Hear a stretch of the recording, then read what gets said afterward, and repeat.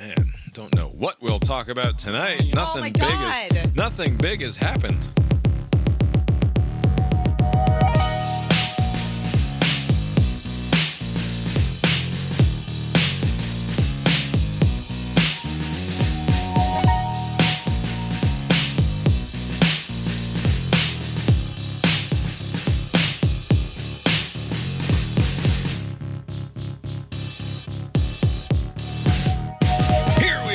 Cast Iron Brains, a podcast devoted to examining those historically and culturally meaningful events which the great unknowable and all-knowing algorithms deign to spew out from the content maw in an entirely comprehensive and holistic way, drilling down to root causes, which has led us to inevitably conclude, now that we operate with the complete picture in mind, that every single accident, episode, coincidence, and calamity that befalls us here can be understood as the result of either the monstrous indifference or cruel malevolence of the creator of the universe, the Alpha and the Omega, the beginning and the end, the one giant prick who started it all and either just walked away or is, for all we know, just sitting back and enjoying the show. Like you should right now. My name is Bob, sitting across the way from my good friend and co-host. That's Abe. How you doing tonight, Abe? Doing well, Bob. Yeah, here we are. Lori's here, too. How you doing tonight, Lori? Fine. Lori's fine. Tonight is Tuesday, October the 10th, 2023. Quick happy birthday to Moose out there if you're listening. A beautiful day here in Charlottesville. We played some baseball, and here we are now. Abe. Yes. You're getting packed and ready for beautiful Mexico, aren't you? Yes. I'm going to Cancun. This is the last of the 1983 birthdays, the 40 years birthdays. And this is Mike, and this is his 40th. We're going to Cancun for like 5 days, leaving a day from tomorrow, or a day from now, on Wednesday. By the time this episode comes out, Abe will be airborne, I believe, probably in the plane. What airline are you flying? So remember the disaster? Big problems with Spirit Air out there in California last time, right? It was Frontier. Sorry, you have to get your shitty airlines right, Bob. So Frontier, we had issues with in San Diego, a terrible experience. So we decided to use them again. So we're going on Frontier. It's like, what are the chances? I mean, statistically impossible. You're going international on a budget airline? On a budget airline, it's yes. been nice knowing you. Jesus. I will have dropped in the George W. Bush, fool me once, shame on you, quip That's right. here. There's an old saying in Tennessee, I know it's in Texas, probably in Tennessee, that says, fool me once, shame on you. If fool me, we can't get fooled again. I Good can old just do George it right W. now. It's like my only George W. Bush quote I can do. You don't do it great. I could do it. Nope. I do it so well. You don't. You think you do, but you don't. Well, I suspect that it will be smooth sailing this go around. I'm sure you'll be just fine. And nothing happening in the world in terms of tumult, so nothing to. It's a big planet. I mean, there could be tumult in parts. It is a big planet. Did you do anything noteworthy this weekend, Abe? Other than you had Monday off for Columbus Day. Indigenous Peoples Day, right? My calendar is still not updated. I don't have the software update patch for this other day that you speak of. It still shows up as Columbus Day, and so it just depends on where you are, or something. Right, but on the federal holiday the calendar, official federal holiday situation is still Columbus Day. Both? Yeah. Right. It just has Columbus Day. Okay. So I didn't do anything, which was by design. I was like, I got a big Tuesday of work before taking another 7 days off, so I just relaxed. There was a lot of good sports on this weekend also. There was That's so right. much It good was sports. It was a two TV type of situation throughout the weekend. Like, but get the other TV out, obviously. Get it out early. I'm not going anywhere. Yeah, that is true. And also, this was like by far like the best like Georgia has looked this season. Oh, man. We'll get to that. We'll get to that a little bit later on, I think. Yeah. We'll save the sports and the fun stuff for later.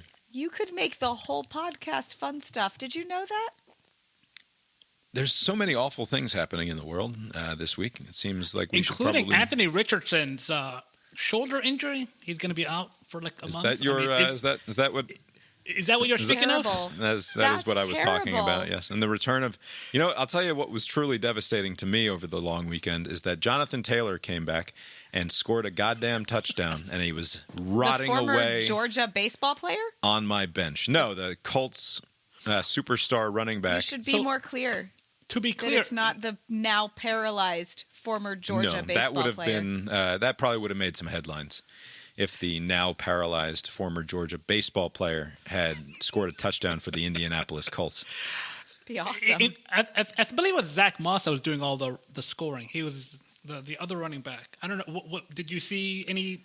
He was awarded points on your fantasy system? I thought he scored like 9 points on my bench. Did he not get a touchdown? Well, I'm not on any fantasy leagues this year, just to kind of watch. Nice, me either. Isn't it nice? It's nice, right? Because although the only thing is, like, I wonder, the one concern is that was the way to keep up with players' names. Yeah. Because now I don't know who some of these new players That's are. That's true. They're all young. Yeah, they're young, and it's just like, I don't know who this person is. There's some weird guy. There's a guy who plays for the Rams with with a long name. He's very good. Ooh, but I like him. I don't. But yeah, I thought it was. Oh no, Zach you're right. Moss. He only scored 3.9 points. I was thinking of the Jets running back Breece Hall, who I left on my bench, who scored 27 goddamn fantasy points in our league, which would have been not very good at fantasy football. It would have been the difference. Did you lose as a result of this? Yes, I lost as a result of benching the wrong players. Anyway, what happened? Just get to the horrible stuff so we can get through it to do the fun stuff. Because there's so much good. There's so much good. And you're going to choose to talk about bad. All right, before we get to talk about the Braves and the dogs and all of the fun things, Abe, war has broken out in Israel. Again. Yes. Again. Still. I want to start as a way in. The easiest way in is always media criticism, right? Where you can talk about the coverage of a thing rather than discuss the thing itself. This is from like the opening 2 minutes of The Daily, the New York Times daily news podcast called The Daily. Yes. On October 9th, this is what they ran. Is supported by USA Facts. Get lost in the news? USA Facts is here to help. Your one stop for clear, unbiased facts, breaking down complex government data into easy-to-understand bites. No jargon, no spin, just facts at usafacts.org. I'm going to pause it here.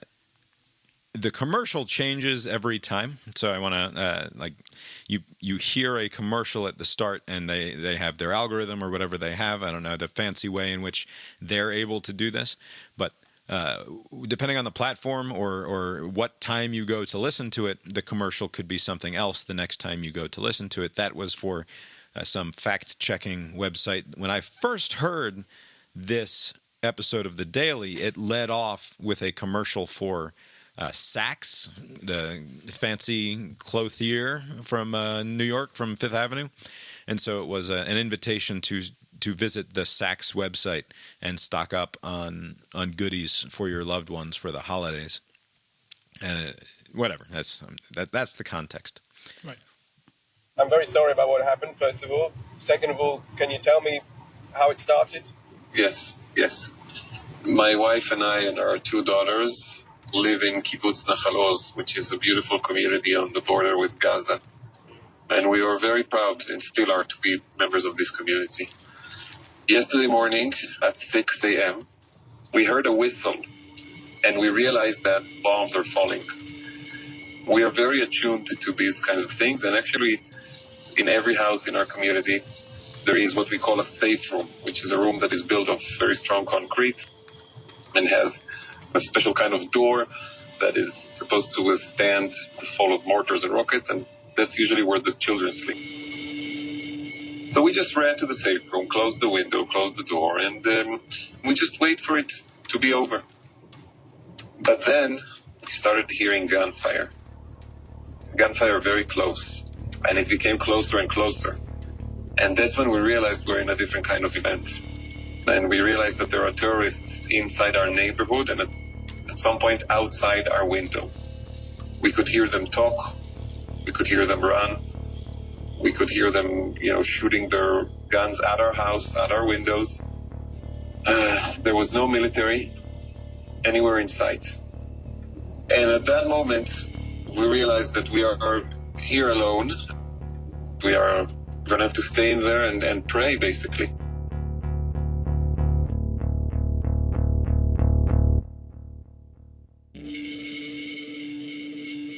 I have to say all right, that is the first 2 minutes from Monday's The Daily. If you are like me, you saw the headlines on Sunday and largely ignored the goings-on in Israel. I probably checked Drudge. I might have read the front page story in the New York Times, which I don't even remember what it was. I might have, in fact, ignored it as well because we got a late start on Sunday, and I cooked a big breakfast, and I turned on the Sunday shows, and so I'd seen the headlines. I saw a couple of stories. It didn't fully dominate. I mean, like, we had Antony Blinken come on both Meet the Press and Face the Nation to talk about what was going on. He spent the bulk of both interviews talking about how this wasn't his fault, how it's not the fault of the $6 billion unfreezing right, the thing? Biden administration. He played a lot of the Republicans are being disgusting political assholes about this throughout his 6 or 8 minute long interviews. And I guess, to be fair, there was a fog of war, a ton of stuff we don't know, and it's the usual trying not to get ahead of the president who had decided not to, or ahead of the rest of the administration in terms of them figuring out what the correct response was going to be to all of this. The point here being that I made it to Monday morning not really having the full picture of how serious what was going on really was. And so I'm reading the news on Monday morning and like, whoa, holy shit. Like, this isn't just your normal right. Fucking Hamas was wantonly firing some mortars or rockets from Gaza over into Israel. This was like a massive deal. Like, this is probably the biggest attack, most significant attack endured by Israel in our lifetimes. You have to go back to the Yom Kippur War, apparently, which, I'll be perfectly frank, I know almost nothing about that sort of history. The point here in discussing my ignorance, both broadly and in the specific question of what had happened over the weekend, is that really one of my first encounters with the news was this episode of The Daily. Right. And very quickly, in the first 2 minutes, in fact, and I paused the episode to send you a text about this 2 minutes into the episode, I felt incredibly unsettled by the combination of the commercial at the top, right, with what I already knew to be was going to be serious content of the show, then married to this intense first-person narrative about his experience of being in a literal war zone in a cramped into a small bomb shelter type room or safe room in his house with his young children, combined with a production design that feels like it's designed to generate in me, the end user, some sort of emotional reaction, as though simply hearing the news wasn't going to be enough, but they needed to add in this sort of eerie and creepy background music, and then within that have this pause where it's just that little bass thrumming along, right, and then the dramatic silence, and then the chirpy thing that comes in, and the guy starts talking again. We are going to have to stay in there and pray, basically.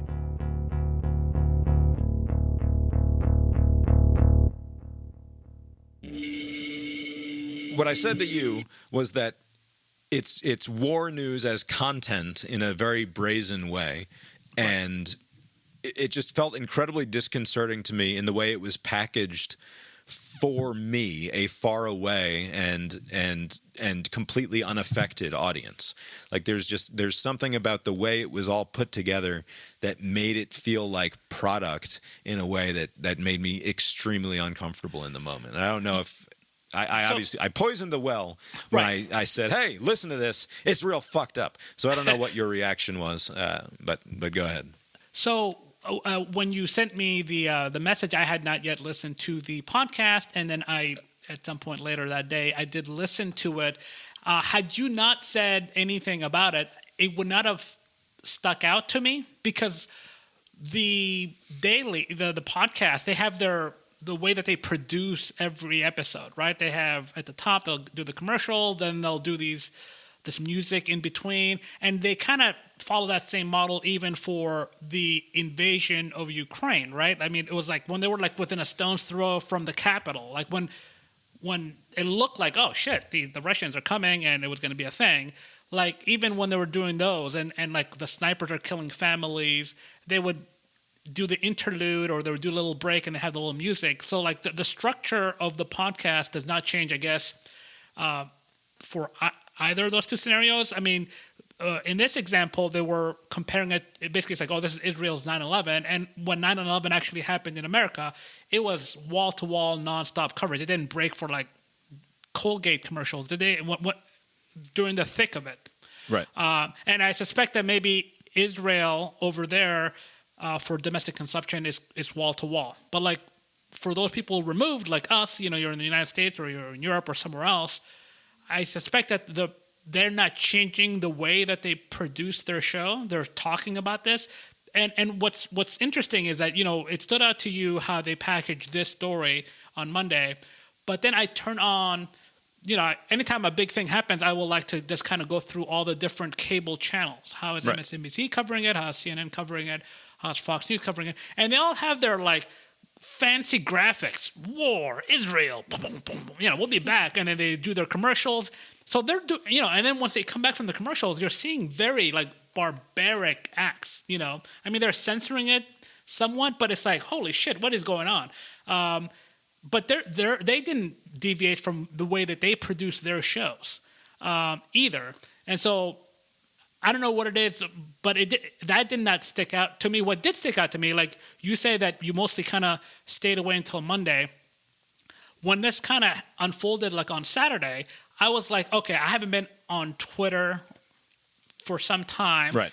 In the recent past, that used to be, I mean, Twitter, I'm not like a user of Twitter in the way people use it, where they kind of like communicate with others. I don't like to talk to anybody else. I just like, that's like a source for where we can kind of gather information. It's good for sports, like highlights and whatnot.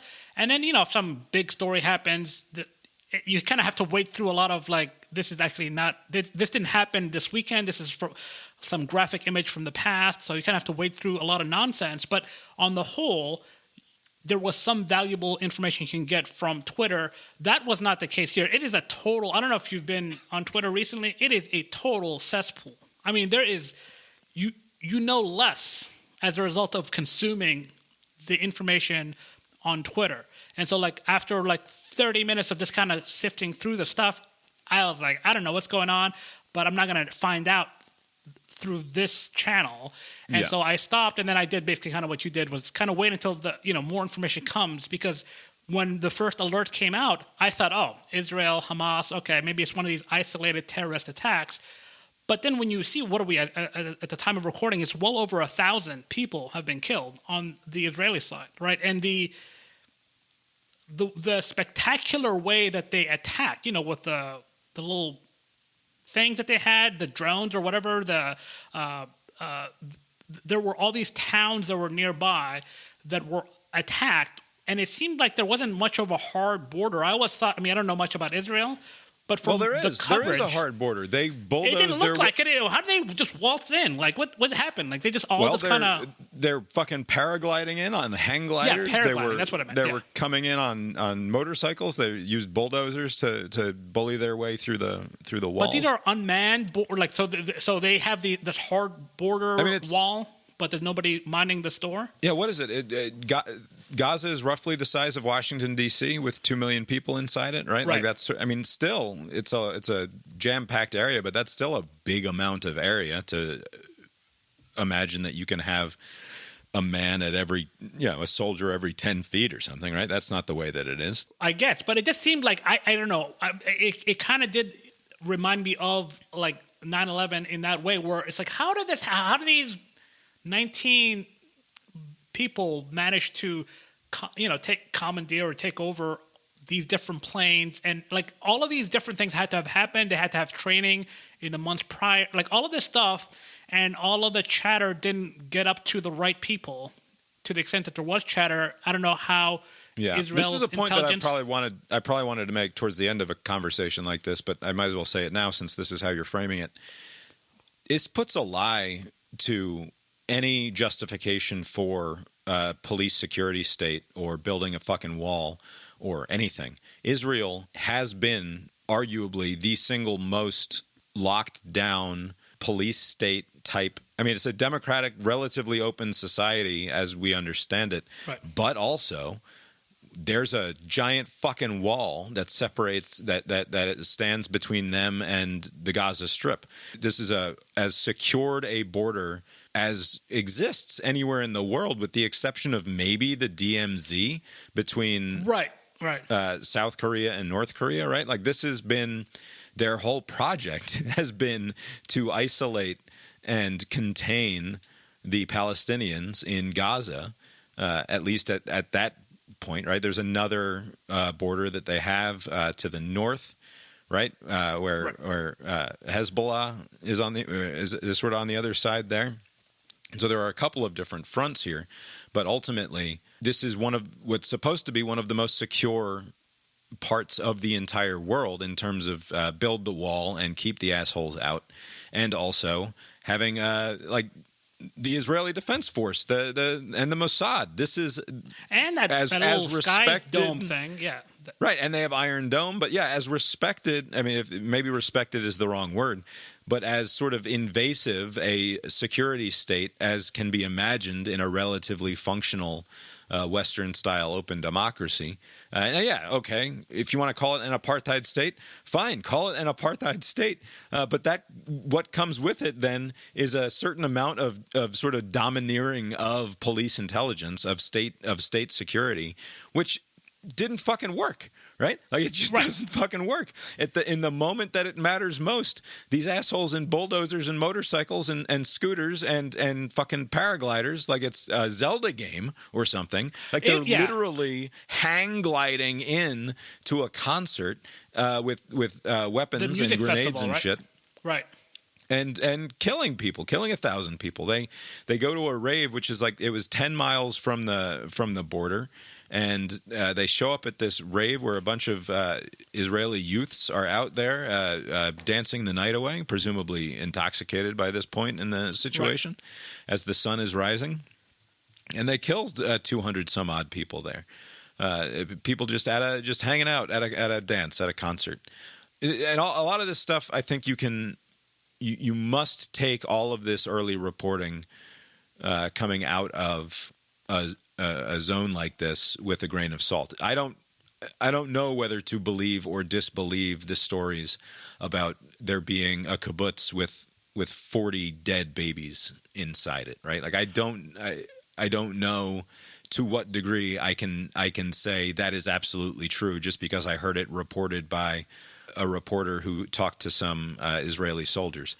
Maybe it's not true. Maybe when the guy on the BBC interview is saying some things, maybe he's exaggerating a couple of things, but that goes with the fucking territory when many thousands of militants and terrorists come storming into small towns and small villages and just start mowing down women and children, kicking in doors and shooting all of the people inside and then going on to the next door. You're going to get some weird stuff that you can't necessarily take to the bank. But at the same time, like, I think that the general picture sort of holds.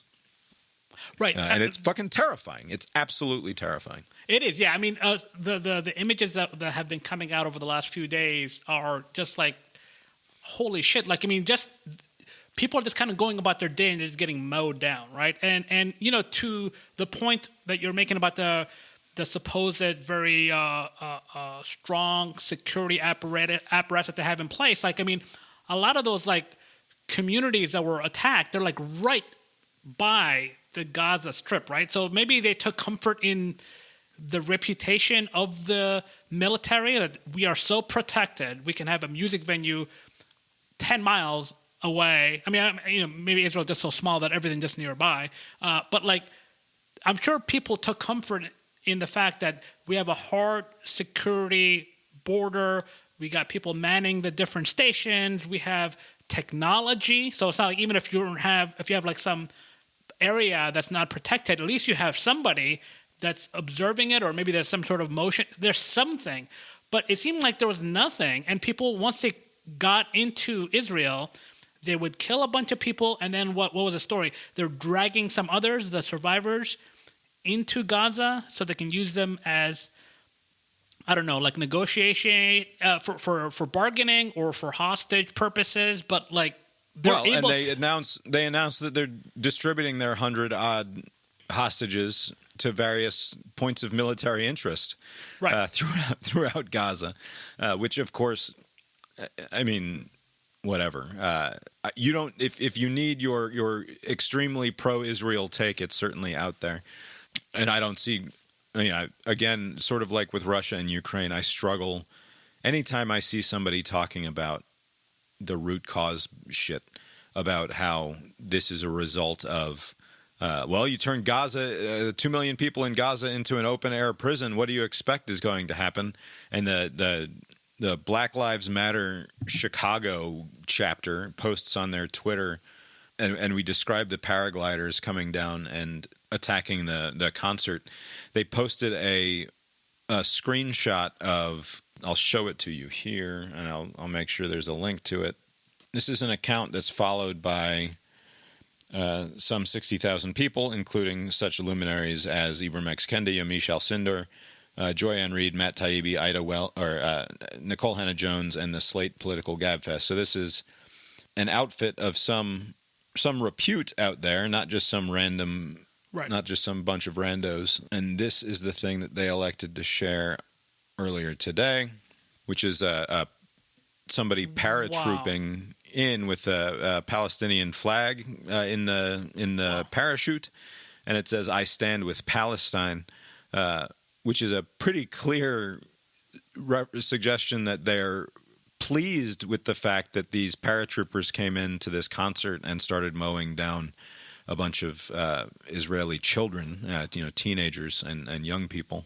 I mean, what other? I'm sure the people would push back and say something else, but what other conclusion can you draw other than? I mean, if you just said "I stand with Palestine," that would be one thing, right? But like to have that image, right? I mean, I don't know. It's despicable. It's utterly despicable, and anything short of an unequivocal denunciation of what happened over the weekend strikes me as completely morally confused. That you have absolutely no idea what it means to actually be in the world, and it's like it like ruins my ability to relate to other people. Like their pretend empathy, right, their fucking morally superior. I know the more holistic picture more than you do. I have more information than you do, and therefore I put myself in this sort of a position where I'm going to say this thing that just happened here is exclusively the fault. And this is another thing that like 30 or 40 different Harvard student groups came together and insisted and put out a group letter, all signed by what represents hundreds or thousands of Harvard students, saying that this entire thing is purely the result of Israeli actions, that the colonialist apartheid Israeli regime is entirely at fault for what happens now, and that they stand with Palestine also. And I cannot understand how that's the mindset that you're walking around with in the world.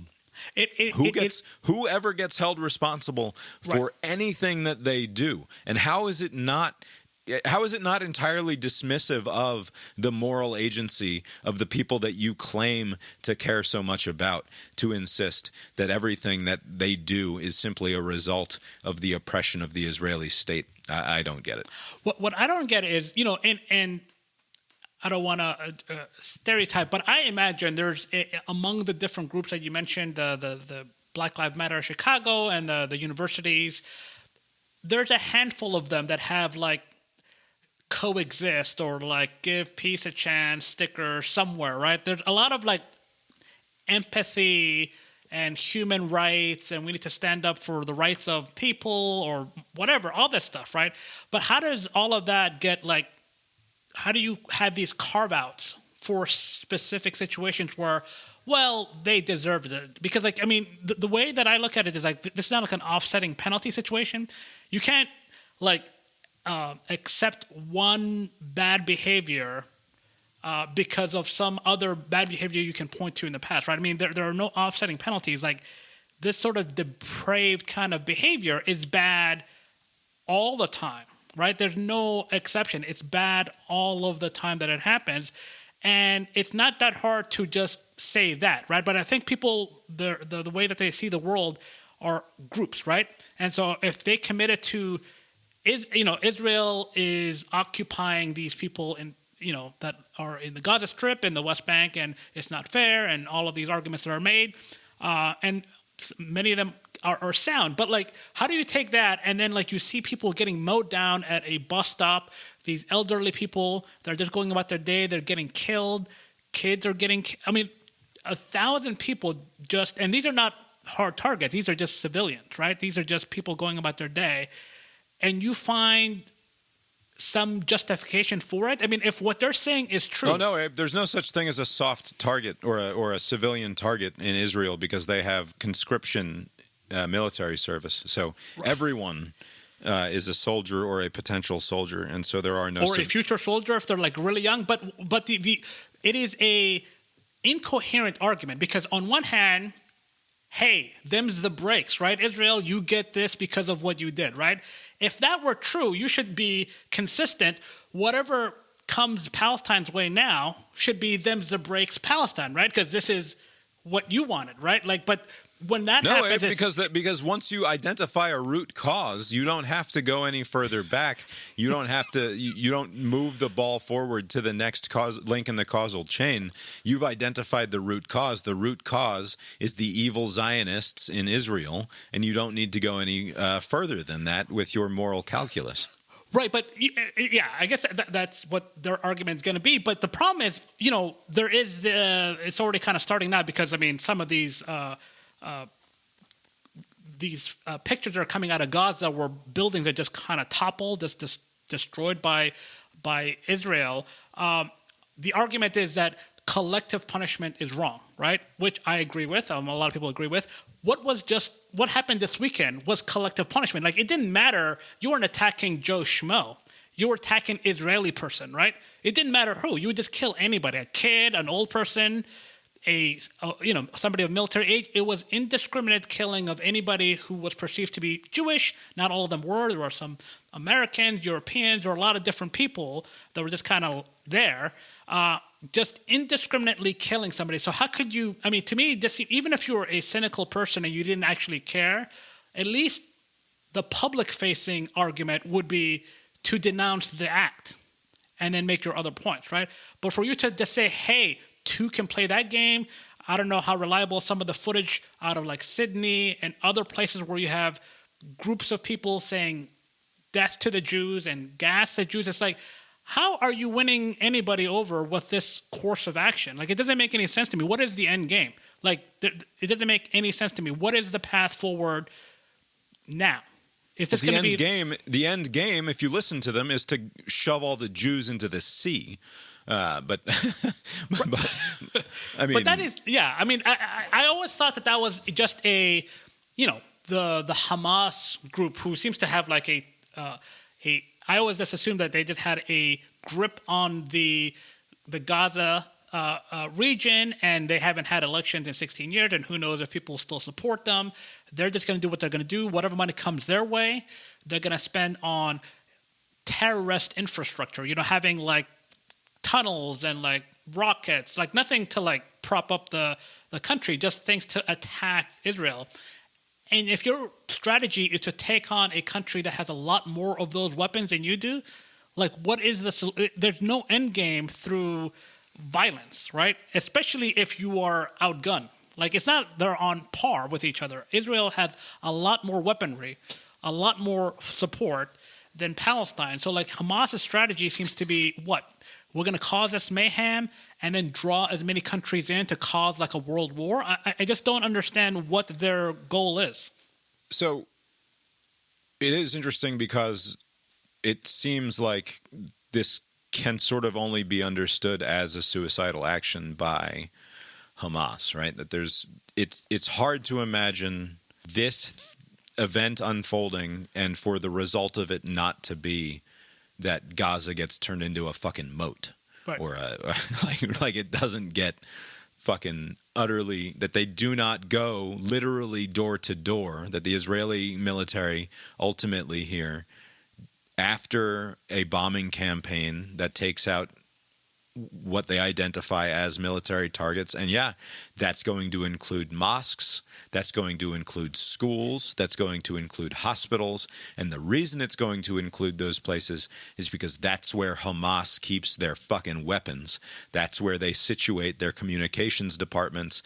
That's where they set themselves up as protection, right? They proudly use human shields, both literally and in the more figurative sense, where they build, they house their military operations literally next to the daycare or next to the mosque, or in fact in the mosque, because they believe it affords them a certain amount of protection, because for all of Israel's ills and the bad way that they are in the world, they don't particularly want to endure the nasty PR of bombing civilian targets. They tend to warn you before that happens. They have the door knocker missiles, right? Where they drop a bomb on your apartment building that doesn't have an ordnance inside, and then like that's how you know. In 5 fucking minutes, we're going to drop the next bomb in the same spot, which will have an ordnance inside, which will do the trick, right? So get the fuck out. You have no time. You cannot collect your shit. It's just time to vacate the building. The result of this action by Hamas is going to be the end of Hamas. So why in the world would Hamas elect to do this? Which is why you immediately get the Wall Street Journal comes out with a piece that suggests that there was this big meeting, and it involved leaders from Hamas and Iran, and I think Hezbollah as well. Right. Within the last couple of weeks, where they apparently discussed the end game plans here. And so as a sort of proxy fight by the Iranians, which it must be said, by all accounts, this is caveat the assholes of like the Gray Zone News and the Aaron Mates and the Katie Halpers and to some extent the Glenn Greenwalds of the world, who are quick to suggest that anything that you hear in Western media about Israel is going to be propaganda that's not to be trusted. Sorry, don't believe you. Right.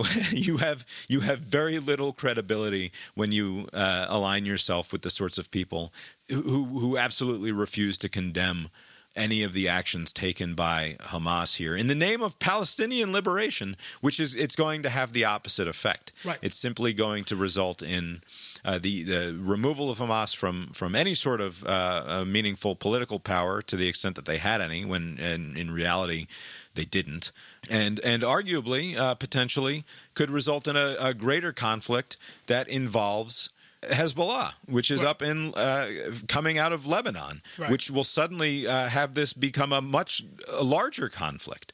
I mean, that's what they're hoping for, but do you think that's... Which will involve the United States. If it will ultimately involve the United States, I think, in meaningful ways. Right. If that were to happen, yes, if it kind of expanded beyond just Israel. But I don't think that's what's going to happen. Like, it seems like a lot of people point to and say, oh, poor Palestine, but it just seemed just to say it. Like there's no real interest in actually helping the situation. This particular incident, like it was done for a reaction, right? It was such a brutal assault and just very cavalier and just kind of like, what is going to just do the most heinous of things, right? And so like if anybody sees any of the footage, you're going to like, you're going to feel a certain kind of way. And I'm sure in Israel, with their, from what I gather, again, I'm not from Israel, I don't know much about Israel, but the current government composition is pretty far on the right. This is going to give them the cover to do whatever, right? And like all of the, hey, it's wrong what they're doing to Palestine arguments are undermined by you being okay with the acts of this weekend, right? How can you stand on any sort of solid ground on an argument where you don't care what happens to people, right? You're just making some sort of argument to say I'm on this side because of whatever. I don't know. Maybe your friends are also on that side. But to me, it's like if you're against people being treated poorly, you should have been against this also. I think the only I think it was like AOC who actually had like somewhat of a nuance, like, hey, this is wrong. You can still make the arguments for Palestine, but like this is wrong. And a lot of people had a hard time. I think AOC also immediately called for an immediate ceasefire.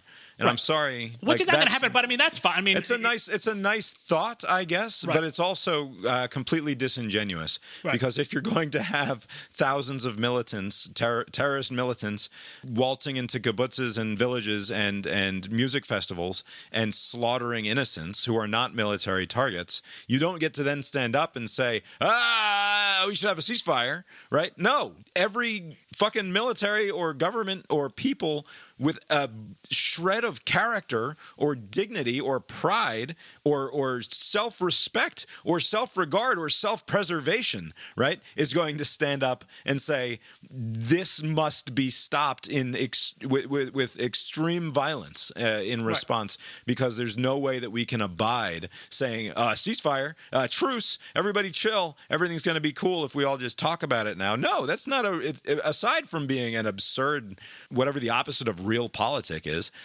way of understanding the world. It's completely immoral. It's completely beyond the scope of justice because she doesn't think that those people should be accountable to justice in the same way that an actually functional moral agent should be because of her belief about the way that Israel is in the world, right? This is the same sort of thing that says that we can't prosecute people who break smaller order crimes in this country because of the circumstances in which they were raised, or who say, well, what do you expect to happen in Chicago? It's fucking Chirac, and the police are bad, and everybody's dealing drugs all the time. Right. And any discussion of all of the ceaseless murders that happen in the streets there just doesn't really understand root causes. What the fuck are you talking about? Right.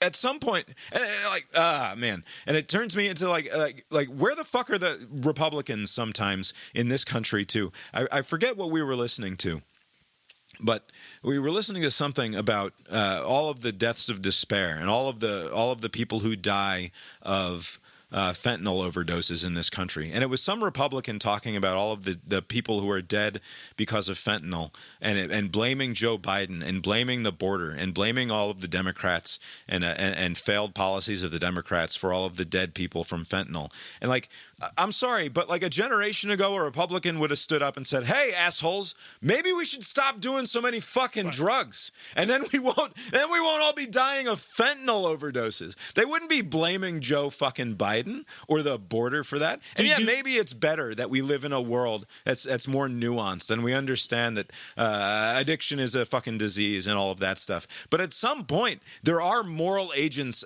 in the world, and it's not all just a contest of who has the most power and who is the most victimized by those with that power, right? Everyone must be treated as a moral agent in the world, or else the whole fucking thing falls apart. Right. I do suspect that. Do you think that the about face, as far as the arguments go, with the fentanyl has to do with that empathy gap that I talked about? Like in the past, they didn't know anybody who was facing with those drugs, but now they do, and now it's like, yeah, oh, shit, sure. And I'm sorry for even bringing it up. Right. I should. But that's it's a non sequitur. To be fair though, to AOC, like you have a few options, right? One of them is what she said, like, hey, ceasefire, let's let cooler heads prevail. The other option is what Joe Biden did was trying to strike a balance. Like, I'm not going to tell you to show restraint because we wouldn't have, like if this happened to us, right? And in fact, it did happen some time ago. And then the other option would be like, fuck them up, do whatever, bloodlust, of all of the options, I mean, what would have been as a congressman from New York who has no say in what Israel is going to do? You express utter abhorrence and shame at what has happened. It should be simply, you have started a chain of events that is going to result in a great deal of death and destruction, and maybe you think that you are doing retribution or justice here in a way that is meaningful. It's just going to result in more suffering, and that is the bottom line here. There's one winner out of all of this, and it is the God of death. That is the only that is the only winner here. Is that there's going to be a lot more dead people who otherwise could have gone on with their meager, miserable fucking lives for a little bit longer. The Iran component, like you were mentioning earlier, Hezbollah, Iran, and other parties to this potentially, that makes sense in the sense that there was reports that there was a normalization effort between Israel and Saudi Arabia that they want to scuttle, they want to create disruption and destabilization for some larger purpose, right? And they're not impacted. The argument, without turning into a conspiracy theory, but to give context to it, is that Iran is concerned, or Iran is concerned that Saudi Arabia and Israel are getting too close to a buddy-buddy type situation, that they're going to become and this is why Iran is willing to work with Hamas, which is, one of them is Sunni, one of them is Shiite. Usually those two would be at war with one another. The Saudi Arabian government is also on the other side of Iran in that way, right? They're also a Shiite situation. So you would think interests would align maybe in a less political way of thinking about this, from a purely sort of sectarian way of thinking about it. I think I have that right. I think it's the Saudis that are Shiite and the Iranians Saudis are Sunnis. All right, they're the Sunnis and the fucking Hezbollah. Team A and Team fucking B are on opposite sides here, and the Saudi is traditionally aligned with the Hamas organization. They are of the team there, but their interests in this case don't necessarily align. So the Iranians might be stepping in here, causing chaos in this moment to prevent an alliance between Netanyahu's government and Mohammed bin Salman's government. That seems to be the thought behind it. Now, if it turned out that is indeed the case, because right now they're saying that there's nothing that they have, there's no concrete evidence for this specific attack. I mean, Iran has provided support in the past generally, but they don't have the smoking gun, so to speak, on this attack. But if they were able to tie Iran to this, I mean, they provide all of the money necessary and the weapons, and they are the ones who smuggle in the weapons into the Gaza Strip. Like, this is not, again, if you can get past fucking Jimmy Dore and the Max Blumenthal Gray Zone news, this is just accepted fact. Like, the Iranians provide the weapons for Hamas, and Hamas then shoots the fucking missiles and the AKs. Perhaps, at the but Israelis. there's no need to get ahead of it. I mean, if you can find the direct link to this specific thing, that you'll be on much stronger ground and just saying accept it as fact. I mean, why not just have the actual fact, right? But if you do, in fact, make that connection, wouldn't the argument be like they want the normalization efforts to be undone, and so let's not give in to that? Because on one hand, Hamas, they what they want is a over-the-top reaction, right? To then say, oh, my God, they blew up all these hospitals and schools and all that stuff. Iran, what they want is for these normalization efforts to stop. I don't think much can be done about Israel doing what they're going to do, but at least on if there was some sort of mutually beneficial arrangement that Israel and Saudi Arabia was pursuing, why not continue to do that? Because otherwise, you're just kind of giving in to this sort of in theory, behavior. the idea is that that the popular will in Saudi Arabia, as a result of watching Gaza be turned to glass, would no longer permit MBS and his regime from going forward with one of those plans. I think is the idea that the Arab world would simply rebel against all of the what do they call the David Accords or something, whatever the last Abraham Accords, the one that Abraham Accords. Yes. There you go. In the last couple of years of the Trump administration, that Kushner was spearheading. Any further movement on that front would not be palatable to the Arab world. I mean, who knows? Right. Is there any chance that this unfolding situation in Israel is going to raise the chances of some sort of terrorist attack either in Europe or the United States in the near future? Because the support is going to come. Biden came out strongly in support of Israel. All the Western European countries are doing the same. So, and obviously it's kind of hard not to do that because of just the sheer barbarity of what happened. It's not like just one little thing. It's like a concerted effort to just kill as many people as they could. I mean, this is I don't think the full scope of what happened is maybe clear to everybody, but this was a big assault on multiple fronts. Right. And for some reason, a staggering failure by the intelligence service for Israel. I don't know how do you fuck this up? I mean, this is a big fuck up. But I wonder. So obviously we don't follow Israeli politics very closely here as a general rule. But for what it's worth, Netanyahu's been going through some shit, trying to form a new government. There's a big fight over there internally about judicial reform that is causing the sort of cause of his problems in terms of domestic politics, in addition to a number of corruption charges that he's been facing and dealing with over the last few years. There's reason to believe that perhaps they were distracted, that the eyes weren't focused on the right thing here. I find that hard to believe because the thing is, below the political point, the elected leaders and the political appointments, there are just your run-of-the-mill government workers, run-of-the-mill military commanders. So whatever is happening on the political front should have no impact on spectacular intelligence failure. Yeah, absolutely. Because they had no information. And this is, once again, there seems to be a black hole when it comes to, maybe it's just a very hard group to penetrate, but anytime there's a Muslim component or a Arab component, nobody knows anything. Remember when the Afghanistan, the Kabul airport suicide, they kind of something was happening, but that was the extent of it. When Russia does something, you know what Putin had for lunch, where they're moving. It's for some reason they know everything when Russia does something. But when it's some Middle Eastern country does something, nobody knows anything until it happens. Just the fact that this is not a very big place, it's very small, you have all of these tools at your disposal and nothing? There was no hint that this was coming? Do you remember where you were on January 25th or 26th of the year 2006? I'll bet you don't.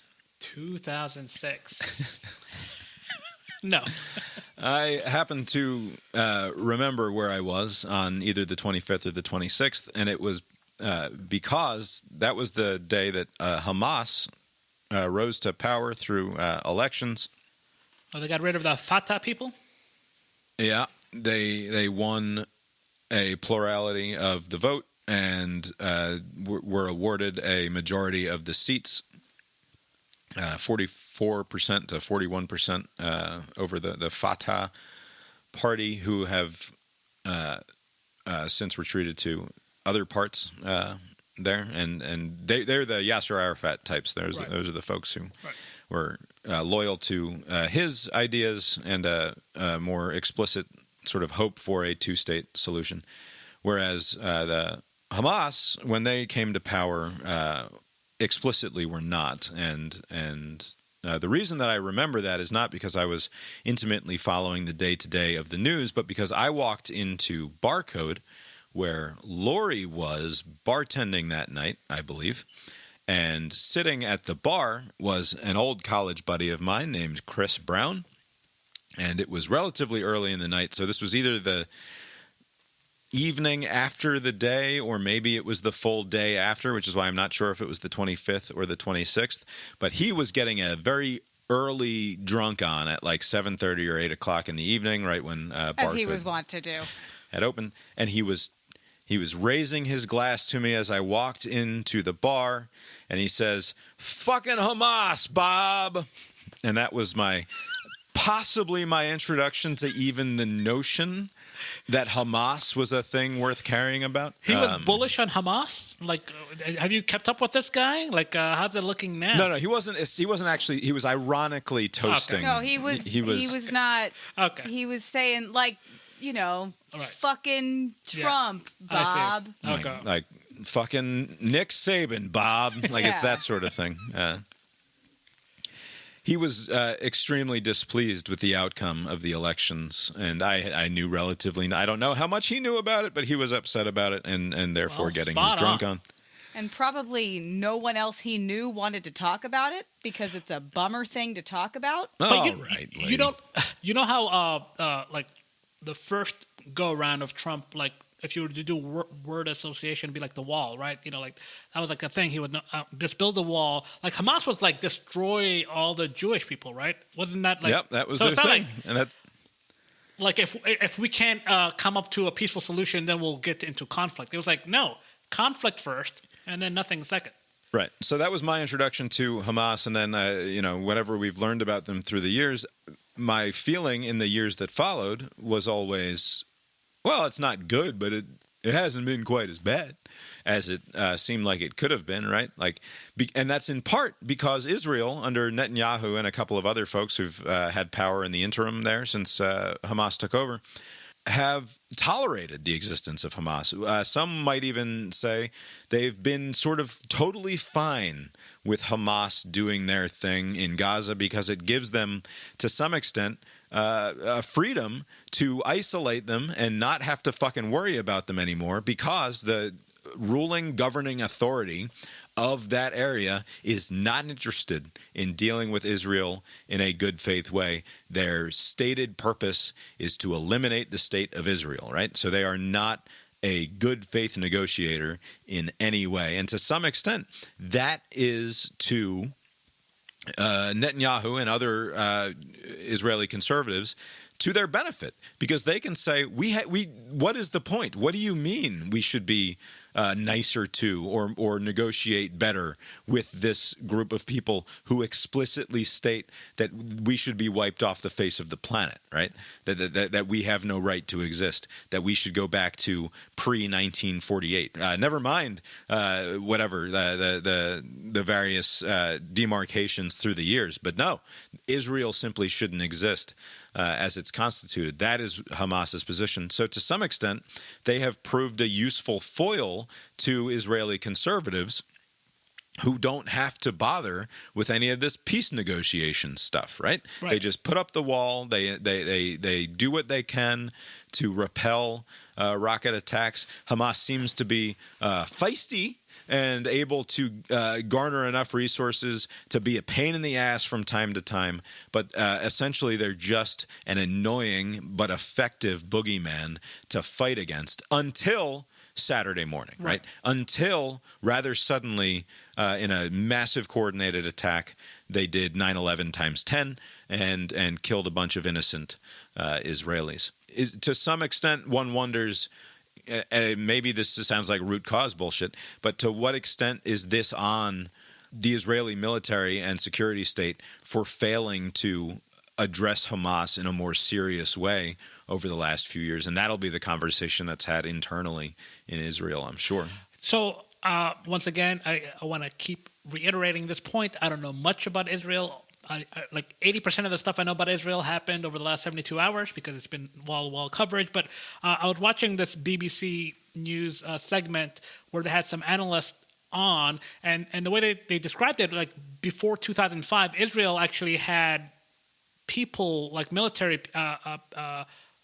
personnel in Gaza, and then they moved out. And the thinking was, let Palestinians rule themselves over this area, and the best case scenario, somebody on that show said that basically they had two choices. Basically, Gaza could be the next Dubai, right? Just focus on just building up infrastructure, education, commerce, do your thing, and you're going to be left alone.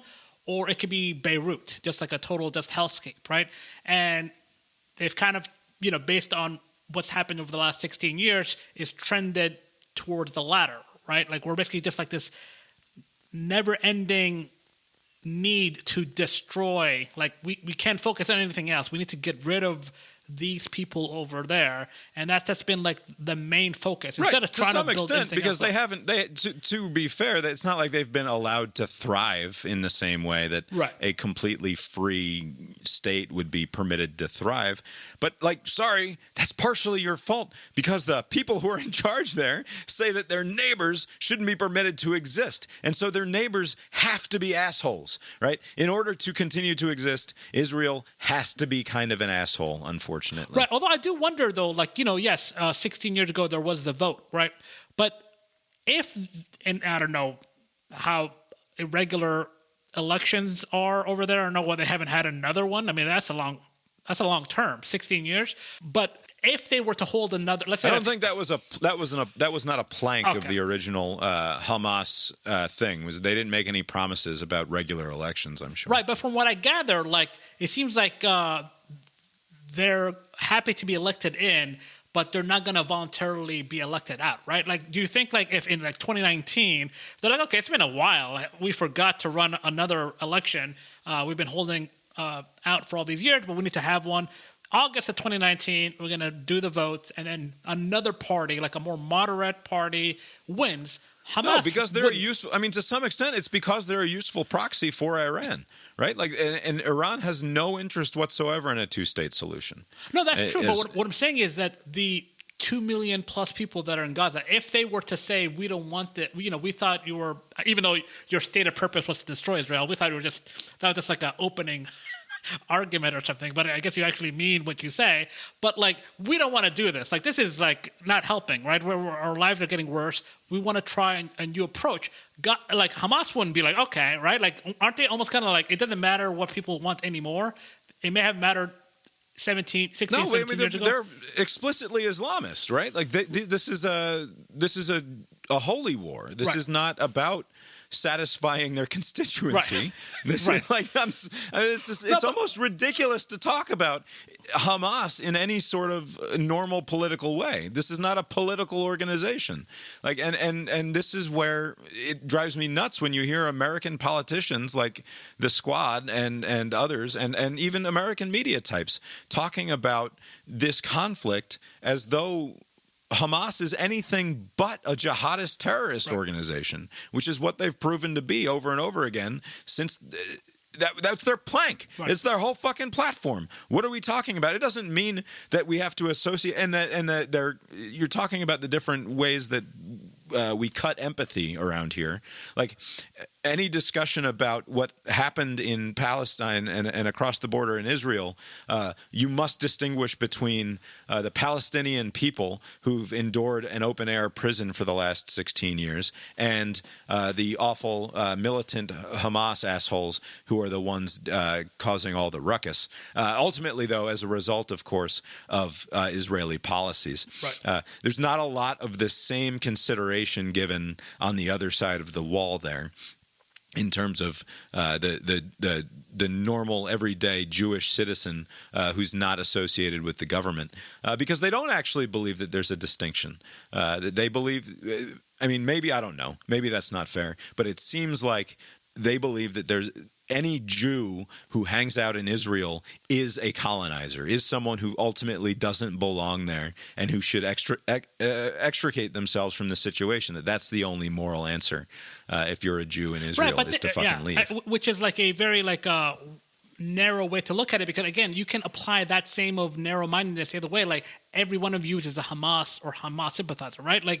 Right. So it's it is just kind of a weird thing. I will say though, people identify with these movements. I'm with this group or I'm with that group.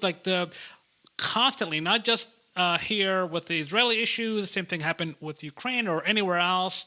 I always sympathize with just like the random person, like the guy that's just at the bus stop who just gets mowed down, or like the person who's like eating a pizza and gets like blown to. It's just like you're just living.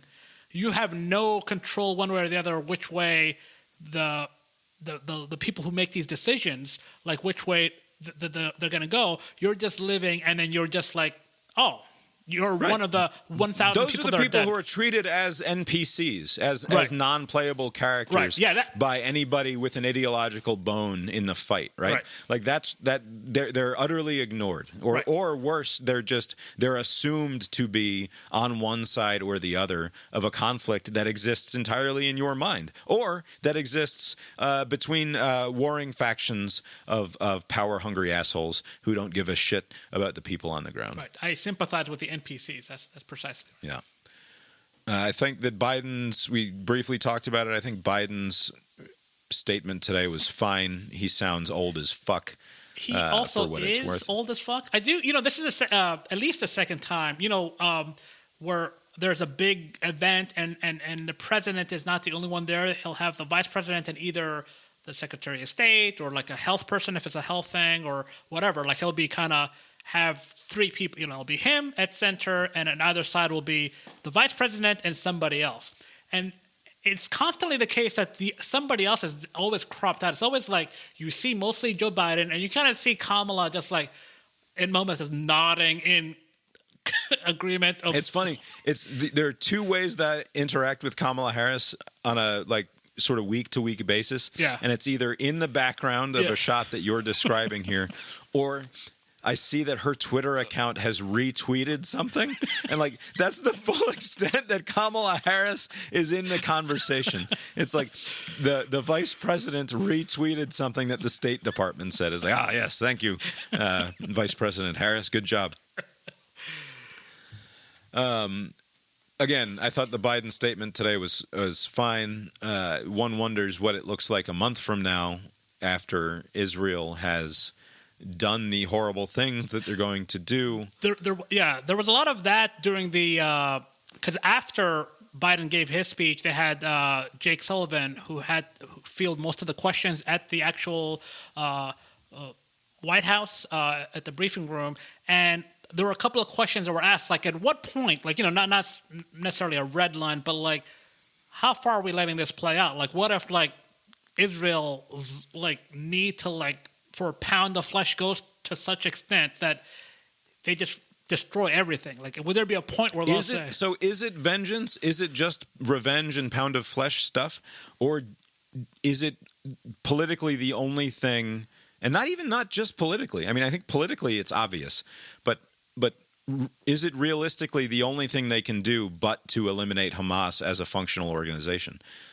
But to demand that Hamas is utterly eradicated from Gaza. To me, it's not a crazy thing to expect Israel to do. Is it going to result in more dead people and more harm?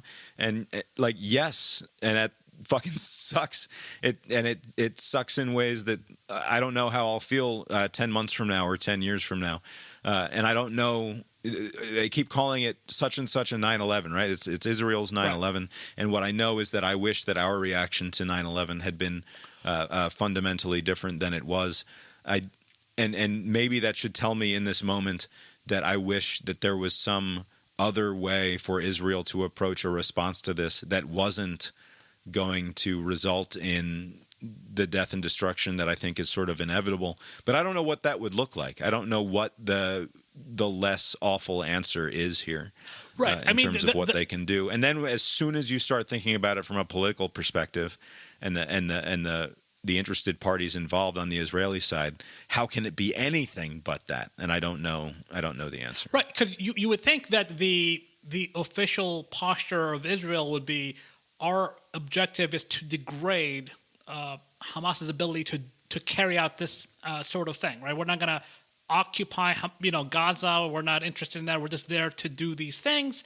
Right. That necessarily means that more Palestinian civilians will die than did Israeli citizens. Right. Because like you described earlier, by an order of magnitude. Yeah. Because probably. What you said earlier is true. A lot of the military targets are embedded into everyday life. They're at the hospitals, they're at the schools, almost deliberately so, right? To be basically, it's like you can take us out, but it's going to come at a cost, like a PR cost. And if what you were saying earlier, like they're putting their hostages at different places to like, if you want these hostages, don't blow this building up or else you are killing them. Like basically They're trying to raise the cost of the actions that Israel probably thinks we have to, because, this is where it's coming from, like this building and that building, and there's no other way. Like we'll absorb the the terms is very inadequate. Collateral damage, like just people just blown to smithereens, but like that's how they're going to perceive it. But like I do think like there is a element of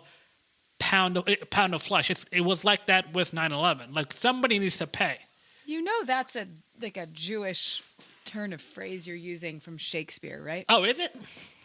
Yeah, that's from The Merchant of Venice, where the evil Jew character wanted a pound of flesh from the protagonist. Did you not know that? I did not know that.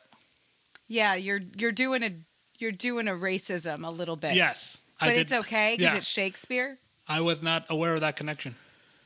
Yeah. Oh, now you know. Bloodlust, is that a Jewish thing?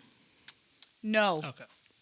But again, like I said, this is when these kind of events happen. There was a lot of comparisons to they're behaving like ISIS, not unlike ISIS, because they're saying like the brutality was like on a scale that like it's not your typical like we're going to attack this target and then go back and launch rockets or whatever. This is like butchering people, right? And so like you want a visceral kind of like image of like we're doing this to rile people up to get some sort of violent reaction to say, oh my God, look what they're doing to us. Like I think that's what they're going for.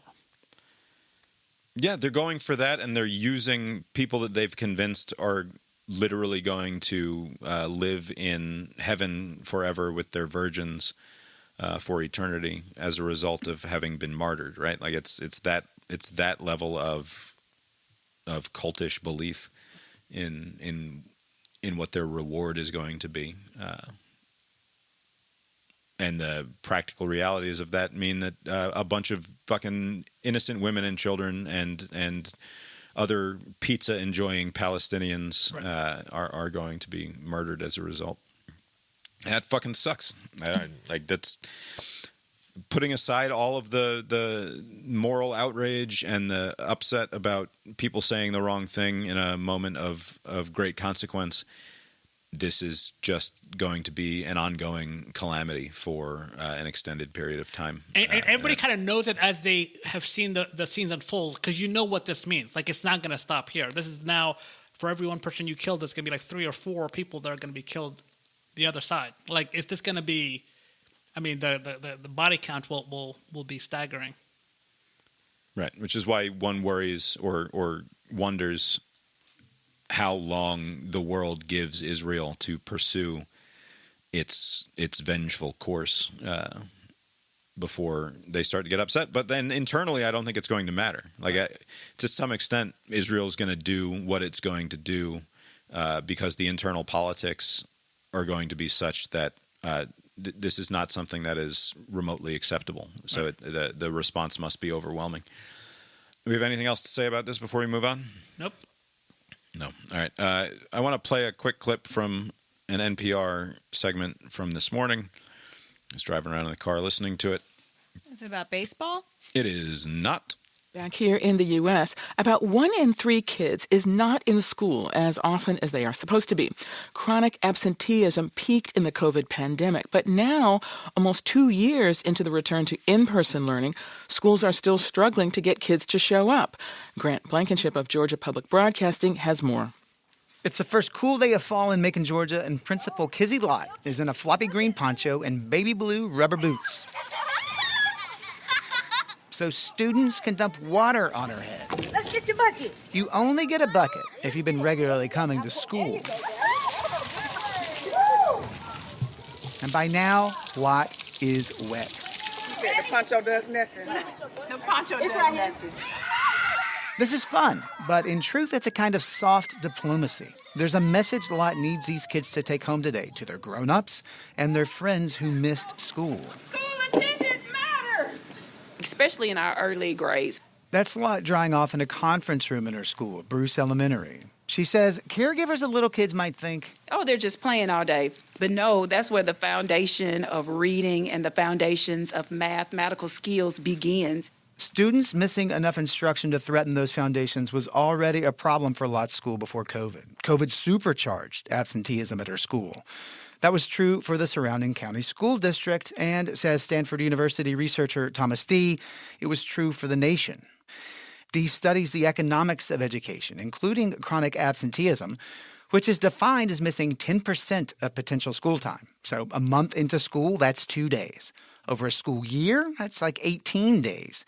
Dee says a lot of kids fall into this category. Prior to the pandemic, it hovered around 15%, which was already considered too high. The last good federal statistics on chronic absenteeism date to 2015. So Dee went state to state, collecting his own attendance data for 2022, the first year when kids were back in classrooms. My sense was that people were ready to get back to normal. So I'll confess I was surprised by the really sharp rise in chronic absenteeism. What he found and describes in a study published in August was a doubling of the pre-COVID absenteeism rate across the country in districts both urban and rural. That means nearly 1 in 3 students missed too much school even when things were, quote, back to normal. What Dee's unsure of is why. He found no correlation to community COVID infections. Or whether a state either adopted a masking mandate during that return to schooling or banned masking mandates. It was such a broad phenomenon. Preliminary data indicates the level of chronic absenteeism, which surprised Dee in 2022, persisted in Georgia in 2023, the second post-pandemic school year. And Georgia generally tracks the national average for chronic absenteeism. Back in Macon, Principal Kizzy Lott's school district knows their 2023 rate was higher than the previous year. Lott has a few guesses why. Homelessness is real. Financial struggles that may affect utilities, that is real. Things are happening within families, whether it's illness, it's death. Those things are real life things that affect a child's attendance. Things tied to poverty. That's why Lott's staff checks in with caregivers after a child's first absence to ask, how can we make it easy to get to school? Sometimes there's no cooperation. In that case, there's court, because Georgia has a law mandating school attendance. Kristen Murphy is a local prosecutor who handles absenteeism cases. She says they rarely end in conviction. At the end of the day, the most important thing is the kids being in school. If caregivers can make that happen, Murphy tells them they don't have to see a judge. So that there's that carrot dangling in front of them that I'm not going to get prosecuted if I bring my kids to school. I'm going to pause for 1 second here, obnoxiously so 30 seconds before the end of the clip, to say, that's not a carrot. Yes. You asshole, that's a stick. That's a stick, yeah. You're the prosecutor threatening to throw the parents in jail if the kids don't go to school, not having to go see a judge. The carrot is your shitty and potentially the carrot go to is jail. You get to keep your shitty life and you don't get to go to jail. That's the stick. Yeah. It's all stick when you're the state, you fucking dumbass. The soft diplomacy was the carrot. No. It's all stick. There's no carrot. And play with the water. This kind of deal-making typically takes about a year to complete, a year in which kids will have missed school. At Bruce Elementary, Principal Kizzy Lott would really rather not use courts to get her students where they need to be. All right, you ready? We got to get up high. Higher. So she's planning more fun things to encourage them to come to school. For NPR News, I'm Grant Blankenship in Macon, Georgia. All right, as that segment wrapped up, my son, who was in the car with me listening on our way to school, said, that's a good idea. More fun things in school, and then they'll want to go to school. I said, yeah, bud, that is a good idea. But that's not why I'm sharing it. And then, of course, my thing about the carrot and the stick is not why I'm sharing it either. And then the thing where you have a thing for principals being bukkake, apparently. Yeah, a little bit. It comes up from time to time in my life that I have to go watch a principal get a whole bunch of things thrown upon their body for my amusement. And take pictures of it. I do have a question. While they're dangling the stick at the parents, like, are they not asking them, like, what's the deal? Like, there was that person who was giving their guess, like, oh, it's like homelessness or what, all these other things that it can't be. I mean, maybe some of it is that, but that can't account for doubling the already high 15%, right? Like, what's going on? Right. And to say nothing of the fact that, like, we, by giving everyone multiple thousands of dollars, we apparently stopped child poverty for like a year, which is ludicrous. It's a silly way of doing the math. There's like an artificial line they came up with, and they're above it, and technically they're above the poverty line. So it's like right, and then everything, your $60 in groceries now costs $110. Right. It is a superficially true statement. It doesn't really mean anything. But again, why? So she's the principal here is grasping for things. Right. Obviously, the reporter is grasping for things. The reason that I'm sharing this is because it strikes me as incredibly obvious what's going on here, and I wonder what.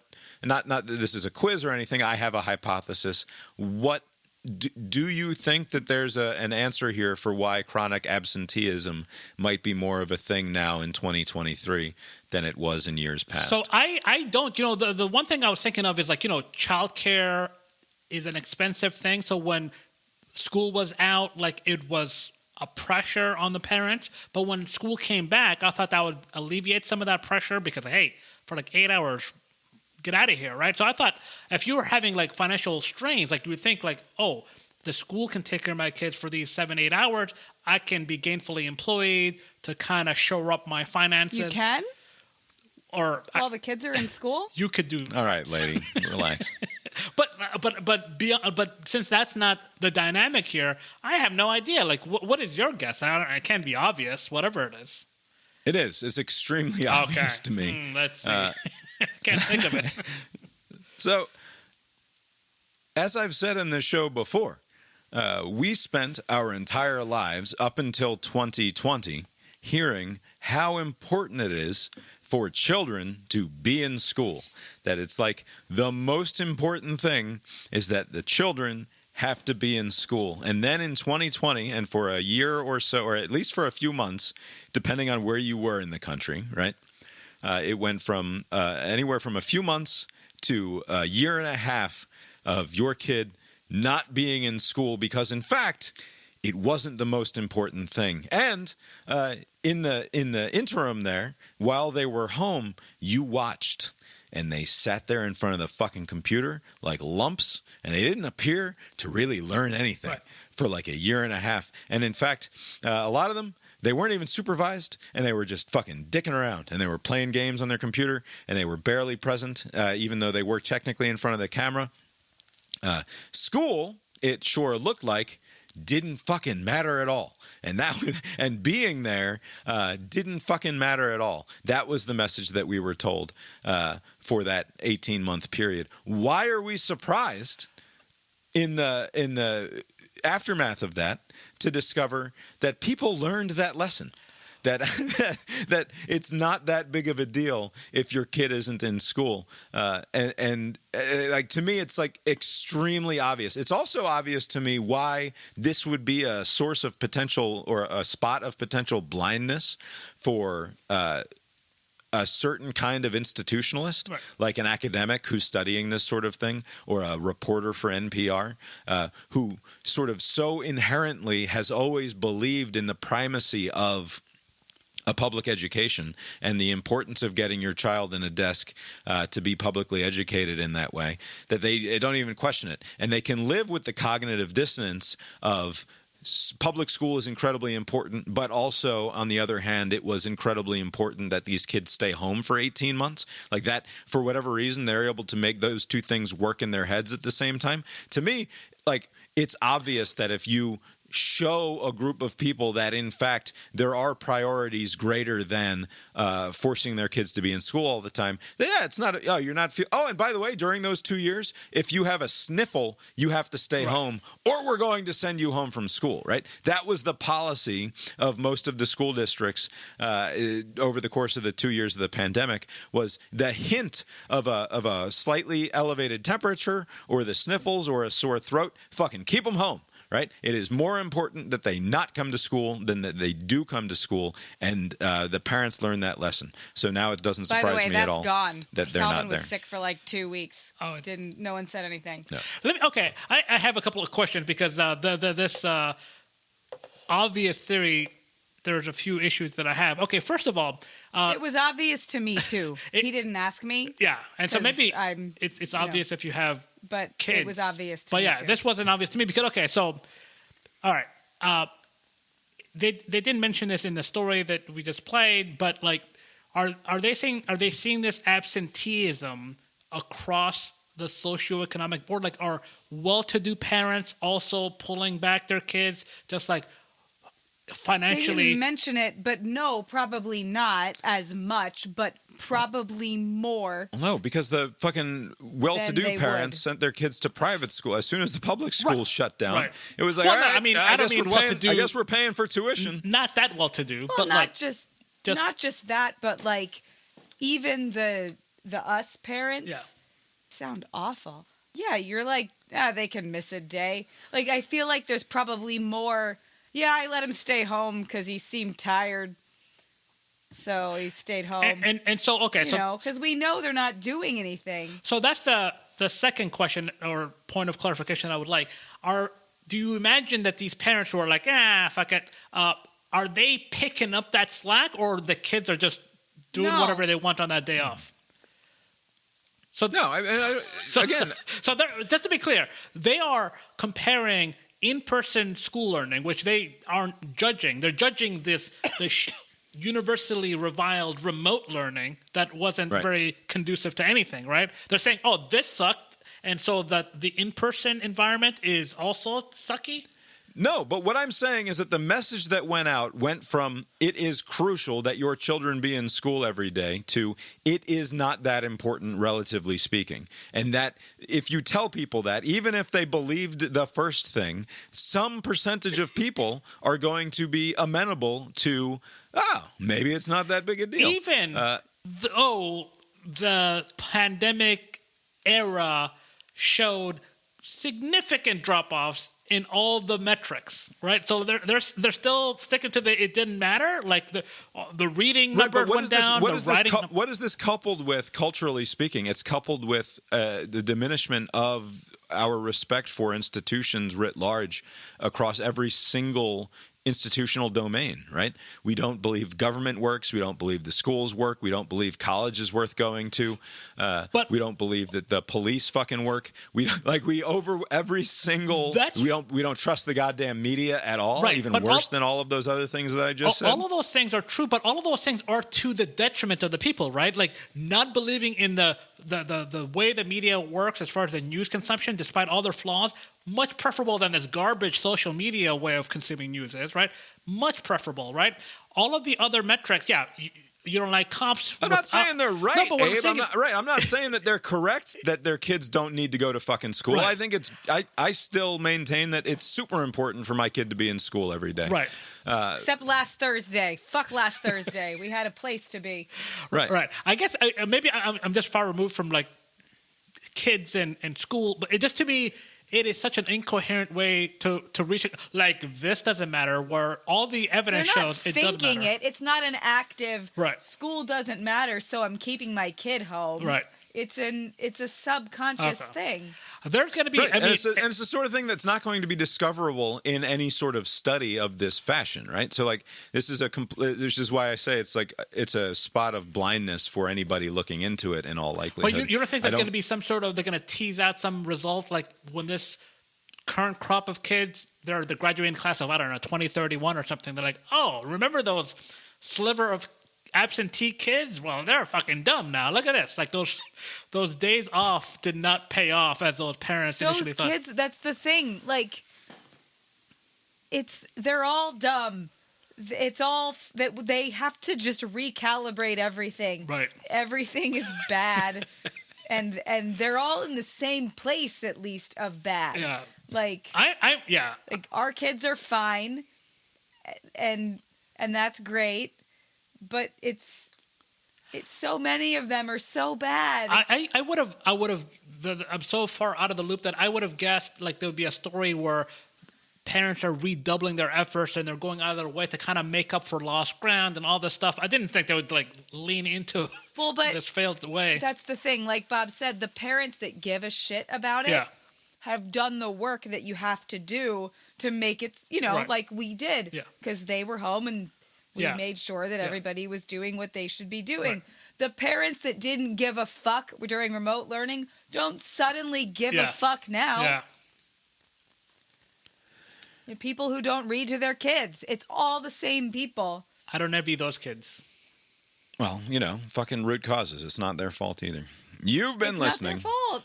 No one read to them. Cast Iron Brains, a podcast with Bob and Abe. Find the show at brainiron.com, castironbrains.com for a show note. Send us an email, brainironpodcast@gmail.com. If you have any alternative theories as to why kids aren't in school anymore, don't email me about that.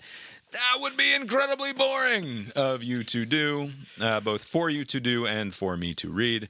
Instead, you can complain maybe about our Zionist take on the Israeli-Palestine conflict or what have you. The opening and closing themes of the show were composed by Mark Gillig, tetramermusic.com, Tetramer music.com for more from him. Still waiting to say something so wildly offensive and out of step with Mark's delicate sensibilities that he finally says, "Would you stop saying my goddamn first and last name at the end of your awful show all the time, you dick?" I'm surprised that hasn't happened yet. Apparently he's either not listening or I haven't quite crossed that line yet. He's just happy now. Yeah. Abe, did you make it to the movies this week? I did. I went to go see, slim pickings this month. I went to go see Saw X. They're still making Saw movies. I don't believe you. I don't think that's a thing that happened. Saw X, apparently it's like the 10th installment of this franchise. 10. It's not X. It's 10. The thing. They're right on pace with Fast and the Furious franchise. Although they're not all Saws, right? There's like that one with Chris Rock. It was like some other thing. Spiral, Saw. The naming. Are they counting that in the counting? I can't imagine they had like 10 just on their own. I think it had to. They must be Didn't doing they do like a Jigsaw origin story too, or something like that? Right? Yeah. They probably did. But get this: Rotten Tomatoes has this currently in the 80th percent, like 81% fresh, whatever, and then 90% audience score. I went to go see this movie before seeing these scores, and I did not like this movie at all. Like I think I just don't like the main guy. Have you seen the other Saws? I've seen a good number of them. I went to the wiki to figure this shit out, and it was Saws 1 through, so it's Saw in October of 2004, which I was greatly entertained by, I must confess. It was good. I enjoyed that one to some extent. None of the other ones, but we got Saw 2 a year later, and then 06, 07, 08, 09 Saws 3 through 6. Saw 3D came out in 2010, and that is the 7th in the series. Jigsaw was after a 7-year break in 2017, which they're counting as film 8. Spiral in 2021 was number 9, and then here we are with Saw X or Saw 10 in 2023. So even though this was the 10th of the franchise, it takes place somewhere around the first or second one. Okay. So this schmuck, this asshole, who I don't like this guy. He has he's battling cancer, right? And in the movie, he's like. Are we referring to the main protagonist, the primary victim? Yeah. Whatever his name is. Is it Tobin Bell? No, not the victim. The victim or the perpetrator of his scheme. Oh, okay. Jigsaw himself. Yes, Jigsaw the big bad. Don't care for this guy the at all. antagonist. Because he is like battling cancer, right? And in between sessions of like chemo or whatever he's going through, right? He should be otherwise a sympathetic character. But in between chemotherapy sessions, he's like out in the park, like doodling future contraptions to like ruin people's eyes and legs. And oh yeah, that's what I'm talking about. That's gonna fuck up his left leg, and it's gonna do this to his eye. Like he is still, you think he would let up? Like, oh, this gives me some newfound perspective. Sitting on the park bench, becoming visibly aroused in front of all of the children while imagining his future torture devices. What a sicko! And he Again, he has cancer, and the people who he entraps in his little scheme are people who are trying to exploit people's desperation. So, like, the doctor is like, yo, 6 months or whatever, like, make your peace, you're done, right? There's no, like, medicine. There's no, like, we can't do anything for you, right? That's, like, the reality of the situation. Right. It sucks. And then there are these, like, websites like, oh, we have the cure, and the governments don't want us to know about this. Right, like shaman charlatan types or something. And they're like, we have to be in hiding because the big bad government, they're in bed with the pharmaceutical people. It sounds like a worthy target for a sadistic killer to try to take out. The main person, yes. So like the main, she's like the daughter of the guy who's running the scheme. So I don't know what happened to the father. He's just out of the picture. But she's continuing the scam, right? And he not only gets her into his little vice, right?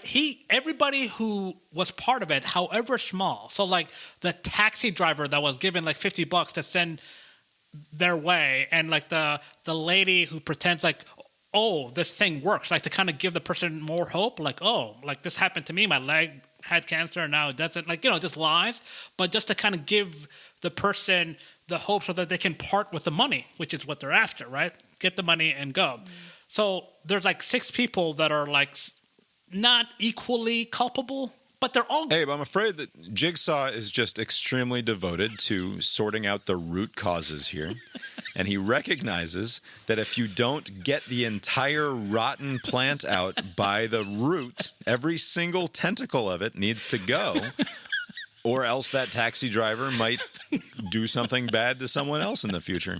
I will say, on the plus side, I mean, if you're into just the goriness of like, they're giving them these impossible choices. Like, you got to cut your leg off in like 90 seconds or, you'll be beheaded, right? It's like, and you physically, I mean, I know in real life you possibly couldn't do that. Wouldn't you pass out at some point? You can like fully cut off. Yeah, your brain tends to stop you from doing those sorts of things. But these people were committed. They do the whole thing and they still get beheaded. Like the whole thing is just a scam. But like he treats everybody equally. They're all dying. It's just like there's no proportion to his punishments. Like, and I didn't care for that. So the movie gets a thumbs. In the eyes of God or Jigsaw, even your finest clothes are but dirty rags to the Lord and Jigsaw. But yeah, so that was the extent of what I saw. Then the college football and the NFL. Yep. Yeah, we watched baseball. We watched the Goosebumps movie with Jack Black with the children. It's Halloween time. It was what's the full title of that? It's Goosebumps. Goosebumps. Okay. The first one. Novels. From 2017 maybe or something like that. It was R.L. Stein. We had to explain to Katie how they 2015. pay actors, and it was fine. Whatever. It's like C+, B- kind of kids movie. I think it's one of those that upsets me because, like, I feel like we should be demanding a much higher level of entertainment for our children. I gave you that article. They made it a show. Yeah, apparently the show is going to be good. The show has gotten very asked and received. It's coming up. Reviews. Like it's not out yet. I think it's just out this week or something, or it's out coming up this month. Maybe we'll check that out as well. Again, we watched plenty of football. Of course, the Georgia game was so much. It was great. Really fantastic. I was waiting for yet another slow first quarter, and nope. No, that was never going to happen. The whole day, Saturday was great. I was getting everything done that I needed to get done. I went for a run through my normal path here around the UVA stadium. Mm-hmm. These UVA fans were even in a good mood. Oh, wow. Because they were going to beat William and Mary. So, the vibe here was good, which is where I am. And then I knew, because I was excited to get home and watch the noon game with Texas and Oklahoma, that was fun. and then watch the 3:30 game with Alabama and A&M. And I was like, oh, Athens is going to be great today, because like everybody's going to have something to do all the way up until 7:00.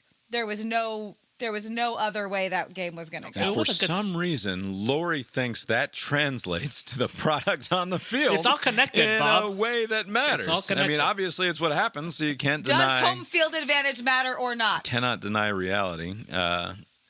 It was a very satisfying game to watch from a Georgia fan's perspective. Certainly, the defense has got a lot of give in it, but didn't break too much. Right? There's a little bendy. Right.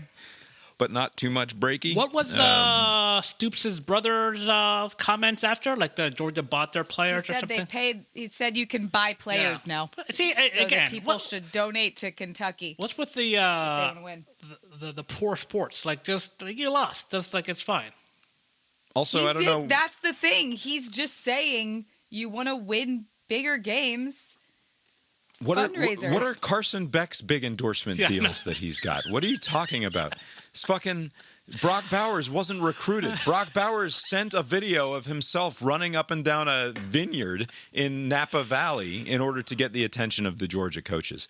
What the fuck are you talking about? Carson, I'm surprised that they don't have anything for Beck. I mean, he had that like stoner face. Like, they should have put him on anything food related. You know, he'll just be like, just eat the sandwich. Taco Bell type guy. he'll clean up. We also had to watch the Braves game. The Saturday Braves game was a real bummer while that was going on. Braves got shut out. That was on the second TV. No one was watching that. We were watching football. I watched every pitch. I just didn't get to listen to it. So you weren't concerned about a slow start by Georgia on Saturday. Were you concerned by a slow start by the Braves offense? Like, was that? Yes, I was very, very despondent after that game because the Braves hadn't been shut out since May. Was the last time the Braves were shut out, and the fact that the Dodgers also got shelled in their first game after sitting out the wild card round, where Kershaw comes out and he hasn't thrown a meaningful pitch in 10 days, and gives up 6 runs in the first inning. And this is this is a guy who's a Hall of Fame pitcher, one of the best of his generation, one of the greatest of all time, and has proven to be entirely human in the playoffs. He's just not. He hasn't proven to be a great big game pitcher. He's a very average pitcher when you look at his numbers in the playoffs, despite being a Hall of Famer in the regular season. So maybe there's a little bit of that. But also, like, there's something about the way this current playoff system is set up where the best teams in baseball don't play for a week or more in between the end of the regular season and the start of the divisional round, which leads to, though they have home field advantage in the divisional round, it leads to this weird situation where teams come out of the wild card round, and in this case, everybody swept. So there were no 3-game series in the wild card round. There wasn't a lot of drama. But either way, it's like a whole bunch of momentum for these teams that are only squeaking into the playoffs and then winning a big playoff round. And then it's like, okay, then we have to go to the other team's stadium. And yeah, they have a better record throughout the year, and they presumably are the sort of better team as borne out by the results over the course of a 162-game season. But the energy is all wrong, right? Like, it's the team coming in has all the goddamn energy, and that's what it felt like in Game 1 of this series against the Phillies. So you're saying energy does matter. I was just going to say that. Poo-pooing Lori's energy theory, and now it's all about the Lori's energy theory was about her feeling of the UVA people around our town and how that probably translated to a feeling in Athens around the stadium that had absolutely nothing to do with the combatants on the field of play. Clearly played a role. I mean, did you not see the game? I mean, clearly it worked. Yes, clearly played a role. So, as far as this gap between the end of the season and then the first game, the better teams play, like, so that they missed the wild card. Like, the Braves tried to, like, we'll do like this little scrimmage thing during the week to kind of keep the. They invited fans, right? Yeah. They said that we're going to throw open the doors at Truist Park. Yeah. Come hang out. But obviously that didn't do the trick, right? I mean, because they still were. It took a little while. But who knows what you can attribute it to? Like, I'm saying that the energies are off, but like to me, maybe it's just a fucking baseball game. And that's why the playoffs are such fucking nonsense in baseball anyway. Like, the Braves proved unequivocally they're the best team in baseball this year. You watch the regular season, you look at any of the numbers, they were one of an all-time offense, historically an unbelievable offense, and on top of that, they had a pretty good pitching staff too. And then you look at the starters, and it doesn't make any goddamn sense. Like, Max Fried only started like 10 games or something. This is supposed to be their best pitcher. Spencer Strider had a great year, but it wasn't like a world-beating sort of year. They got a phenomenal year out of Bryce Elder, who kind of sucks, probably. Like, who's too young to have necessarily figured it out. Kyle Wright, who was arguably an ace last year, missed a large bulk of the year because of injury, and then kind of sucked when he finally came back, because he's probably not completely ready to go yet. The point is, they got a lot of pitching performance out of dudes that you weren't expecting to have to get good pitching from, on top of having one of the all-time great world-beating offenses in the history of the sport. And it doesn't fucking matter, because on any given day, in any given short series, like a 5-game series is, it can suddenly turn to shit, because that's just the nature of the sport. It is a double whammy, right? Because, they have this break, and then it's a best of 5. So if you get behind 2 games like the Dodgers are, I mean, they're basically done now, right? How do you come? Yeah, Dodgers are in big trouble. The Braves were very nearly in big trouble until one of, like, an absolute instant classic of a baseball game last night, where part of me wishes that we had tried to record last night, because we would have been sitting here and I could have hit the button and then watched. Israel. Oh. That's what I'm talking about. But the end of that game last night. The end of the game last night was one of the most thrilling ends to a postseason baseball game. Like, as you get walk-off homers and walk-off offense, that's always fun. But walk-off defense in a baseball game is just fucking spectacular. But the best part is that the walk-off defense, you guys get sports wrong. The best part is that it's the guy who's the fan of the team that did the thing. I don't know what you're talking about. That it was Michael Harris Jr. who grew up in Atlanta. Well, sure, but like half of these dudes grew up in the Braves sphere of influence. That's not that grew up unusual. Down the street. Yeah, it's very cool. But Michael Harris makes well, first of all, in the 8th inning, Austin Riley hits a 2-run homer to give the Braves the lead, which everybody's fucking freaking out. It's awesome. But the play that will be remembered forever in baseball history is with a runner on first, Bryce Harper, and 1 out, and the Braves leading 5-4 in the top of the 9th inning. Nick Castellanos hits a long fly ball to right center field, and in the moment, I thought, well, fuck. Now we're going to have to bat in the bottom of the 9th, because I thought it was gone off the bat. It was absolutely scorched out there. But Michael Harris, and you watch the replay, takes a near perfect route, like in terms of efficiency, to the ball, covers 95 or 98 feet in 5 seconds and a little bit of change, and leaps into the wall and makes the catch, and then stands up and immediately throws the ball back to the infield, where Bryce Harper has rounded second base by a good 10 feet or so before the catch is made, and now has to turn his ass around, touch second base, and make it back to first base before the ball gets there.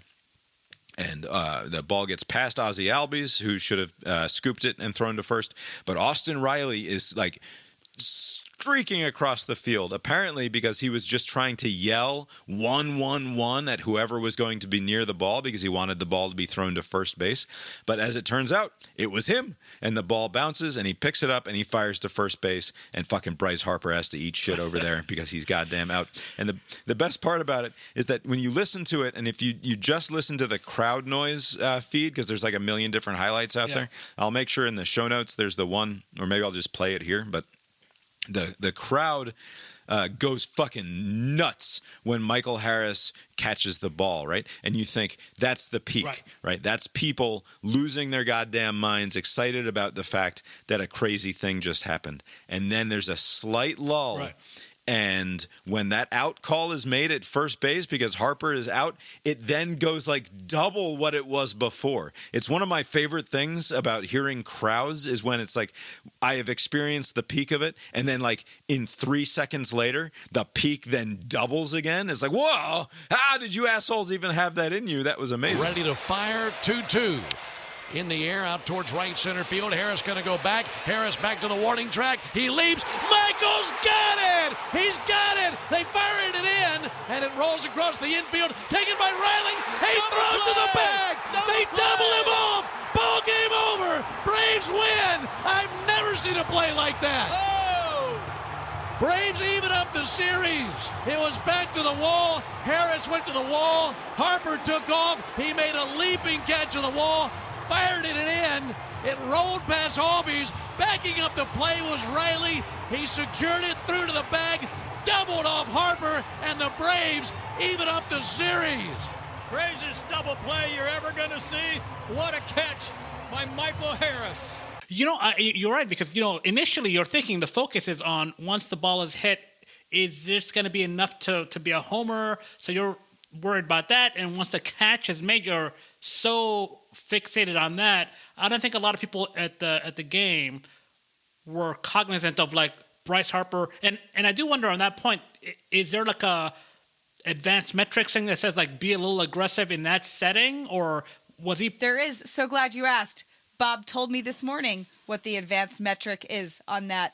And which is it? Did Harper? I think Lori's being a little bit sarcastic. You said here. 6 out of 10 times that is a... According to the speed with which the ball was hit and the launch angle, 6 out of 10 times that's a base hit or a safe. That ball lands safely. So that does not account for the peculiarities of Michael Harris too.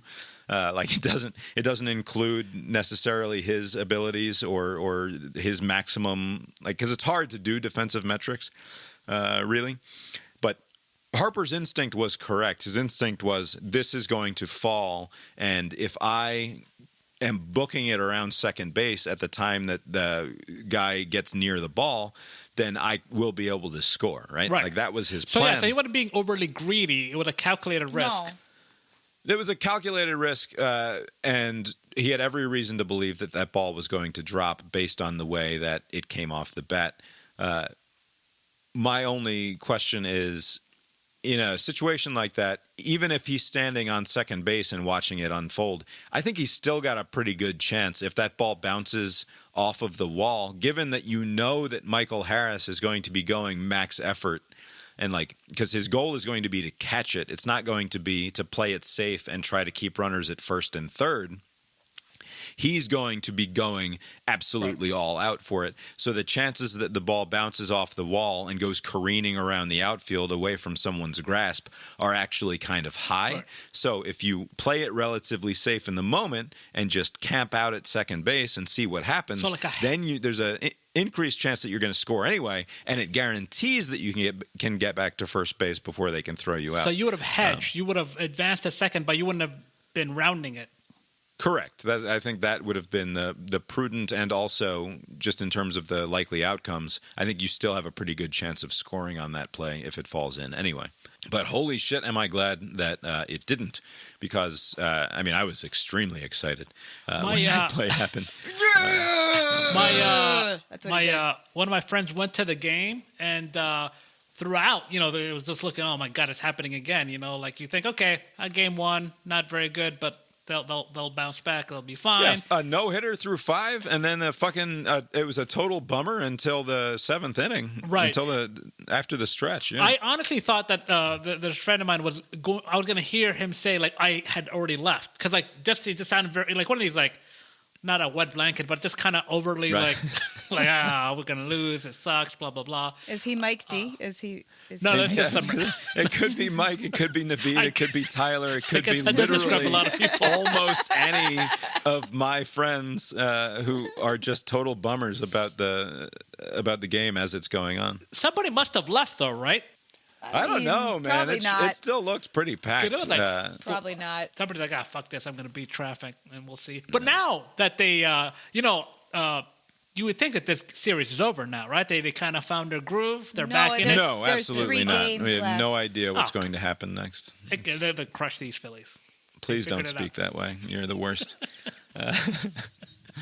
The bad news is that the game 3 is tomorrow at 5:07 p.m. and I have a PTO board meeting at 6 p.m. Oh wow! You should probably tell them to reschedule that. But it is at a brewery, so I assume that there will be televisions there. There are televisions. That's like a soccer type bar. I'm going to insist that the Braves playoff game is on while I'm PTO board meeting it. So the Baltimore Orioles have been eliminated from the playoffs. Oh, holy shit. And so, like, they were the other best team in baseball this year. Yeah. If it weren't for the Braves turning things around, like, they would have been down 2-0. The Dodgers would be down 2-0. They already are.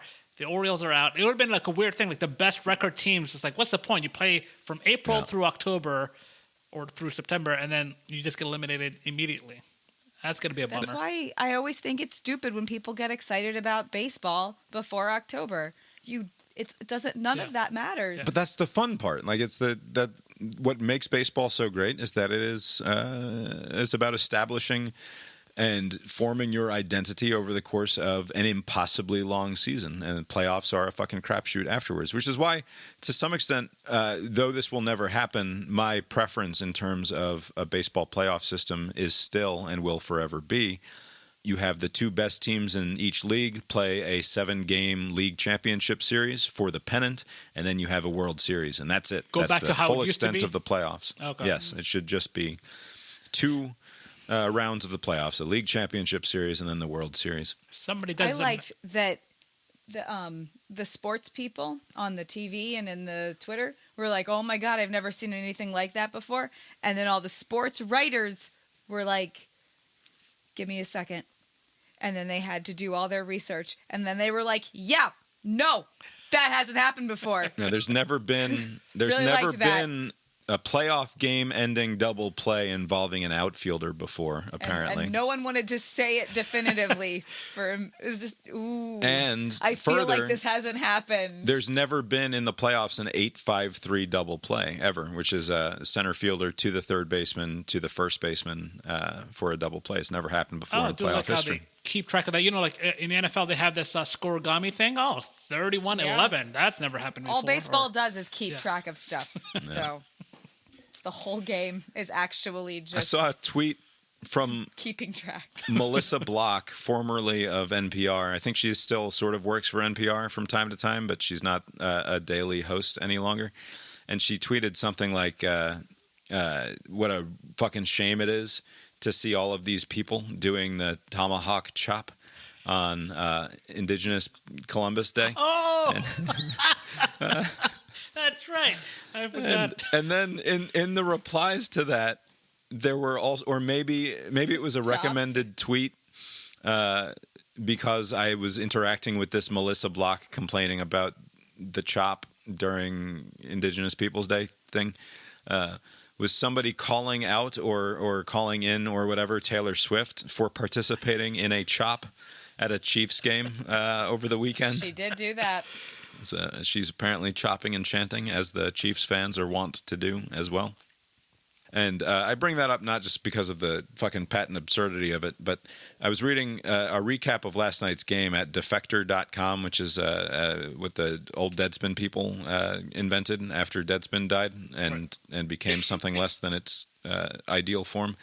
And the defector people, there's a giant fucking book in me about the Gawker era of internet and what those personalities became, because I think that they've soured and spoiled in a way that I don't know if it speaks to a change in me or a change in them, but my suspicion is that it's a change in them. And there's something about being an outsider group of sort of rabble-rousers who are intent on shitting on a system that deserves to be shit upon, and then having that system sort of morph into and bring them in and sort of adapt to their criticisms and have a whole lot of mainstream media, to some extent, has become gawkerized over the course of the last decade. And now the people who are still outside of that system don't sort of know how to be in the world anymore. It's not exactly the dog who caught the car and doesn't know what to do. But I don't know. Like I said, it's a big thing that I have with the former Gawkerites and the former dead spinners. Okay. And I've got problems with the defector people. But this in particular comes from their recap of last night's game. And I'm going to read a small amount. Here we go. For a while, it looked like Zach Wheeler wouldn't need any more than the runs his team delivered. He earned the no-hitter in progress banner on the MLB.com scoreboard with 5+ innings of blemish-free ball fueled by a hot fastball and some biting breaking stuff that racked up 10 Ks. Through the first half of the game, Braves fans had more ammo with which to vent their frustration about all the rust that supposedly built up over their bye week. Manager Brian Snitker even mentioned in a mid-game interview that the struggling Fried, who lasted just 4 innings, hadn't pitched legit since September 21st. Wheeler, meanwhile, was in a groove after a strong start against the Marlins in the last series. I read that in part because it would have been embarrassing for me to publish it as like a high school sports reporter that I was. Like it's just not good or interesting writing. I don't know why it's on the website. Time constraint issue? Maybe like we got to turn things up. I got to turn this over and publish. No, you don't get that. That's not an excuse when your job is sports journalist. No. Published at 9 o'clock in the morning. Also from the story, the Phillies, come stretch time, still had a firm 4-1 lead to protect, but they had wasted their opportunity to bury the Braves early. With all those base runners, the Phillies hitters had repeated clean shots at the kill. Instead, they anxiously paced around the hospital while the Atlanta patients made a miraculous recovery. Now, this person, Lauren Tyson, is a writer for Defector.com, is writing in metaphor, right? It's pretty clear that she does not mean that the Phillies literally failed over and over again to kill the Braves on the field, and instead the Braves had a miraculous recovery when they should have been strangled in the crib of the 5th or 6th or 7th inning, right? She doesn't mean it literally. She also works for a website that insists that all Braves fans are racists because they do the tomahawk chop and cheer for a team called the Braves, right? This is the editorial position of the website Defector.com. It comes across in their podcasts and in their previous Braves-centric content. This is a moral judgment they have made over and over again in the past, showing absolutely no ability to recognize the fact that the Braves don't literally mean it when they do the tomahawk chop and call themselves the Brave. Instead, it's sort of a symbolic thing, or it's a metaphor, or it's an appreciation even, maybe, arguably, to some extent, of another culture. But because they can't see past the blinders over their own eyes or recognize the same thing in themselves that they condemn in others, they'll never understand what's going on here. But I encourage Lauren Tyson and the other people at Defector.com to recognize that metaphorical language is fine when you use it, and it's sort of fine when other people use it too. Anyway, the Braves, by the time we reconvene here next, will either be on their way to the National League Championship Series or will have been beaten by the absolutely hateful Philadelphia Phillies. I don't know how a neutral observer can look at this Phillies team and choose to root for them as opposed to the Atlanta Braves. The Braves are fun and cool and awesome, and the Phillies look like a bunch of fucking dirty bus people. They look like gross, people like that, poorly hygiened individuals from the city bus stop. And it's disgusting, and it's in keeping with that whole awful fucking city, and it's in keeping with the Philadelphia Phillies over the course of many generations now. This is just historically a dirtbag organization full of dirty-looking motherfuckers. Go back to the 1993 Phillies, and it's completely in keeping with that as well. First of all, there's no either about it. Atlanta's going to make it through. Phillies are going to lose. That's already settled. They have a guy who wets his hair between innings. He has long, gross, stringy hair, and he goes into the back, and he makes it wetter so it hangs down wet and stringy more. He probably smells like a fucking gross dog on top of it. The only the defense I will say, or just an observation, the Philadelphia sports fan base, their reputation is not very good. They're not thought very highly by others. I will say, though, that display of we are upset at some call and we're going to throw trash into the field, if Philadelphia had done that, that would have played right into... They all do it. They all do it. Everybody does that. We watched it happen at a football. This is the one time that the Braves fans have done it that I have no sympathy for. Like, they were wrong to have done it in this instance. The last time I remember it happening was Chipper Jones. The infield fly rule back in 20. Oh, that was a garbage. Whenever it was, that's one that I remember. That was a bad one. Yeah, don't do that. Don't throw your shit on the goddamn field. But yes, if it happened in Philadelphia, it would have been another paragraph in the long, storied history of Philadelphia people being dirtbags, and an accurate paragraph at that. Abe, the Colts won, right? The Colts are good. Yes. I think the Colts are good. The Giants stink, but I think the Colts are good. The Giants, and they're winning with Gardner Minshew. They're just plugging in any quarterback in this team. That coach they got from the Eagles, very good. Steichen, what a great coach. Abe, you got anything else for us tonight? Nope. Well, I guess that's all we've got for tonight then, and we'll talk to you next time. Later.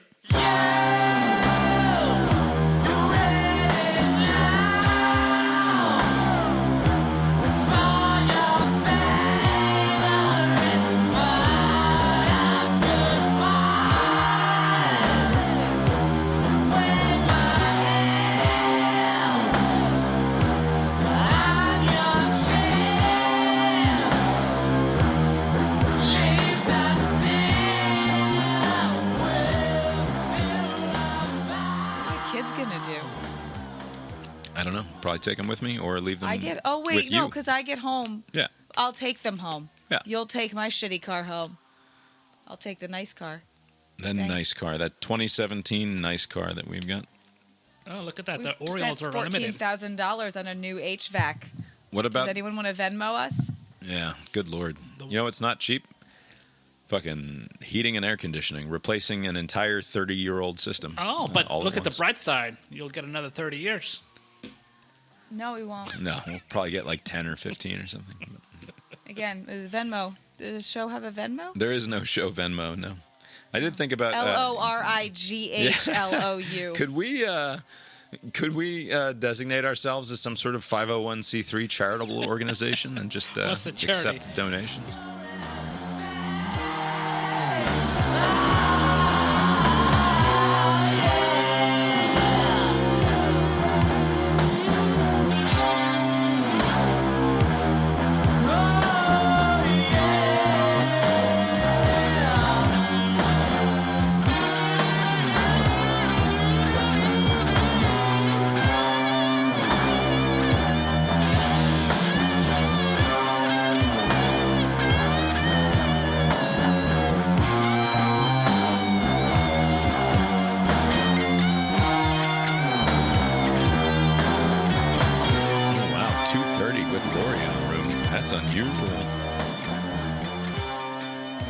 Talks about the single most depressing thing for like an hour and a half. And it's something I can't speak on because I have unpopular opinions about it. You're just an anti-Semite, I think is what it comes down to. I don't want the microphones on anymore. All right, and what is your opinion about it? I don't want to talk about it. Kill them all. To the sea.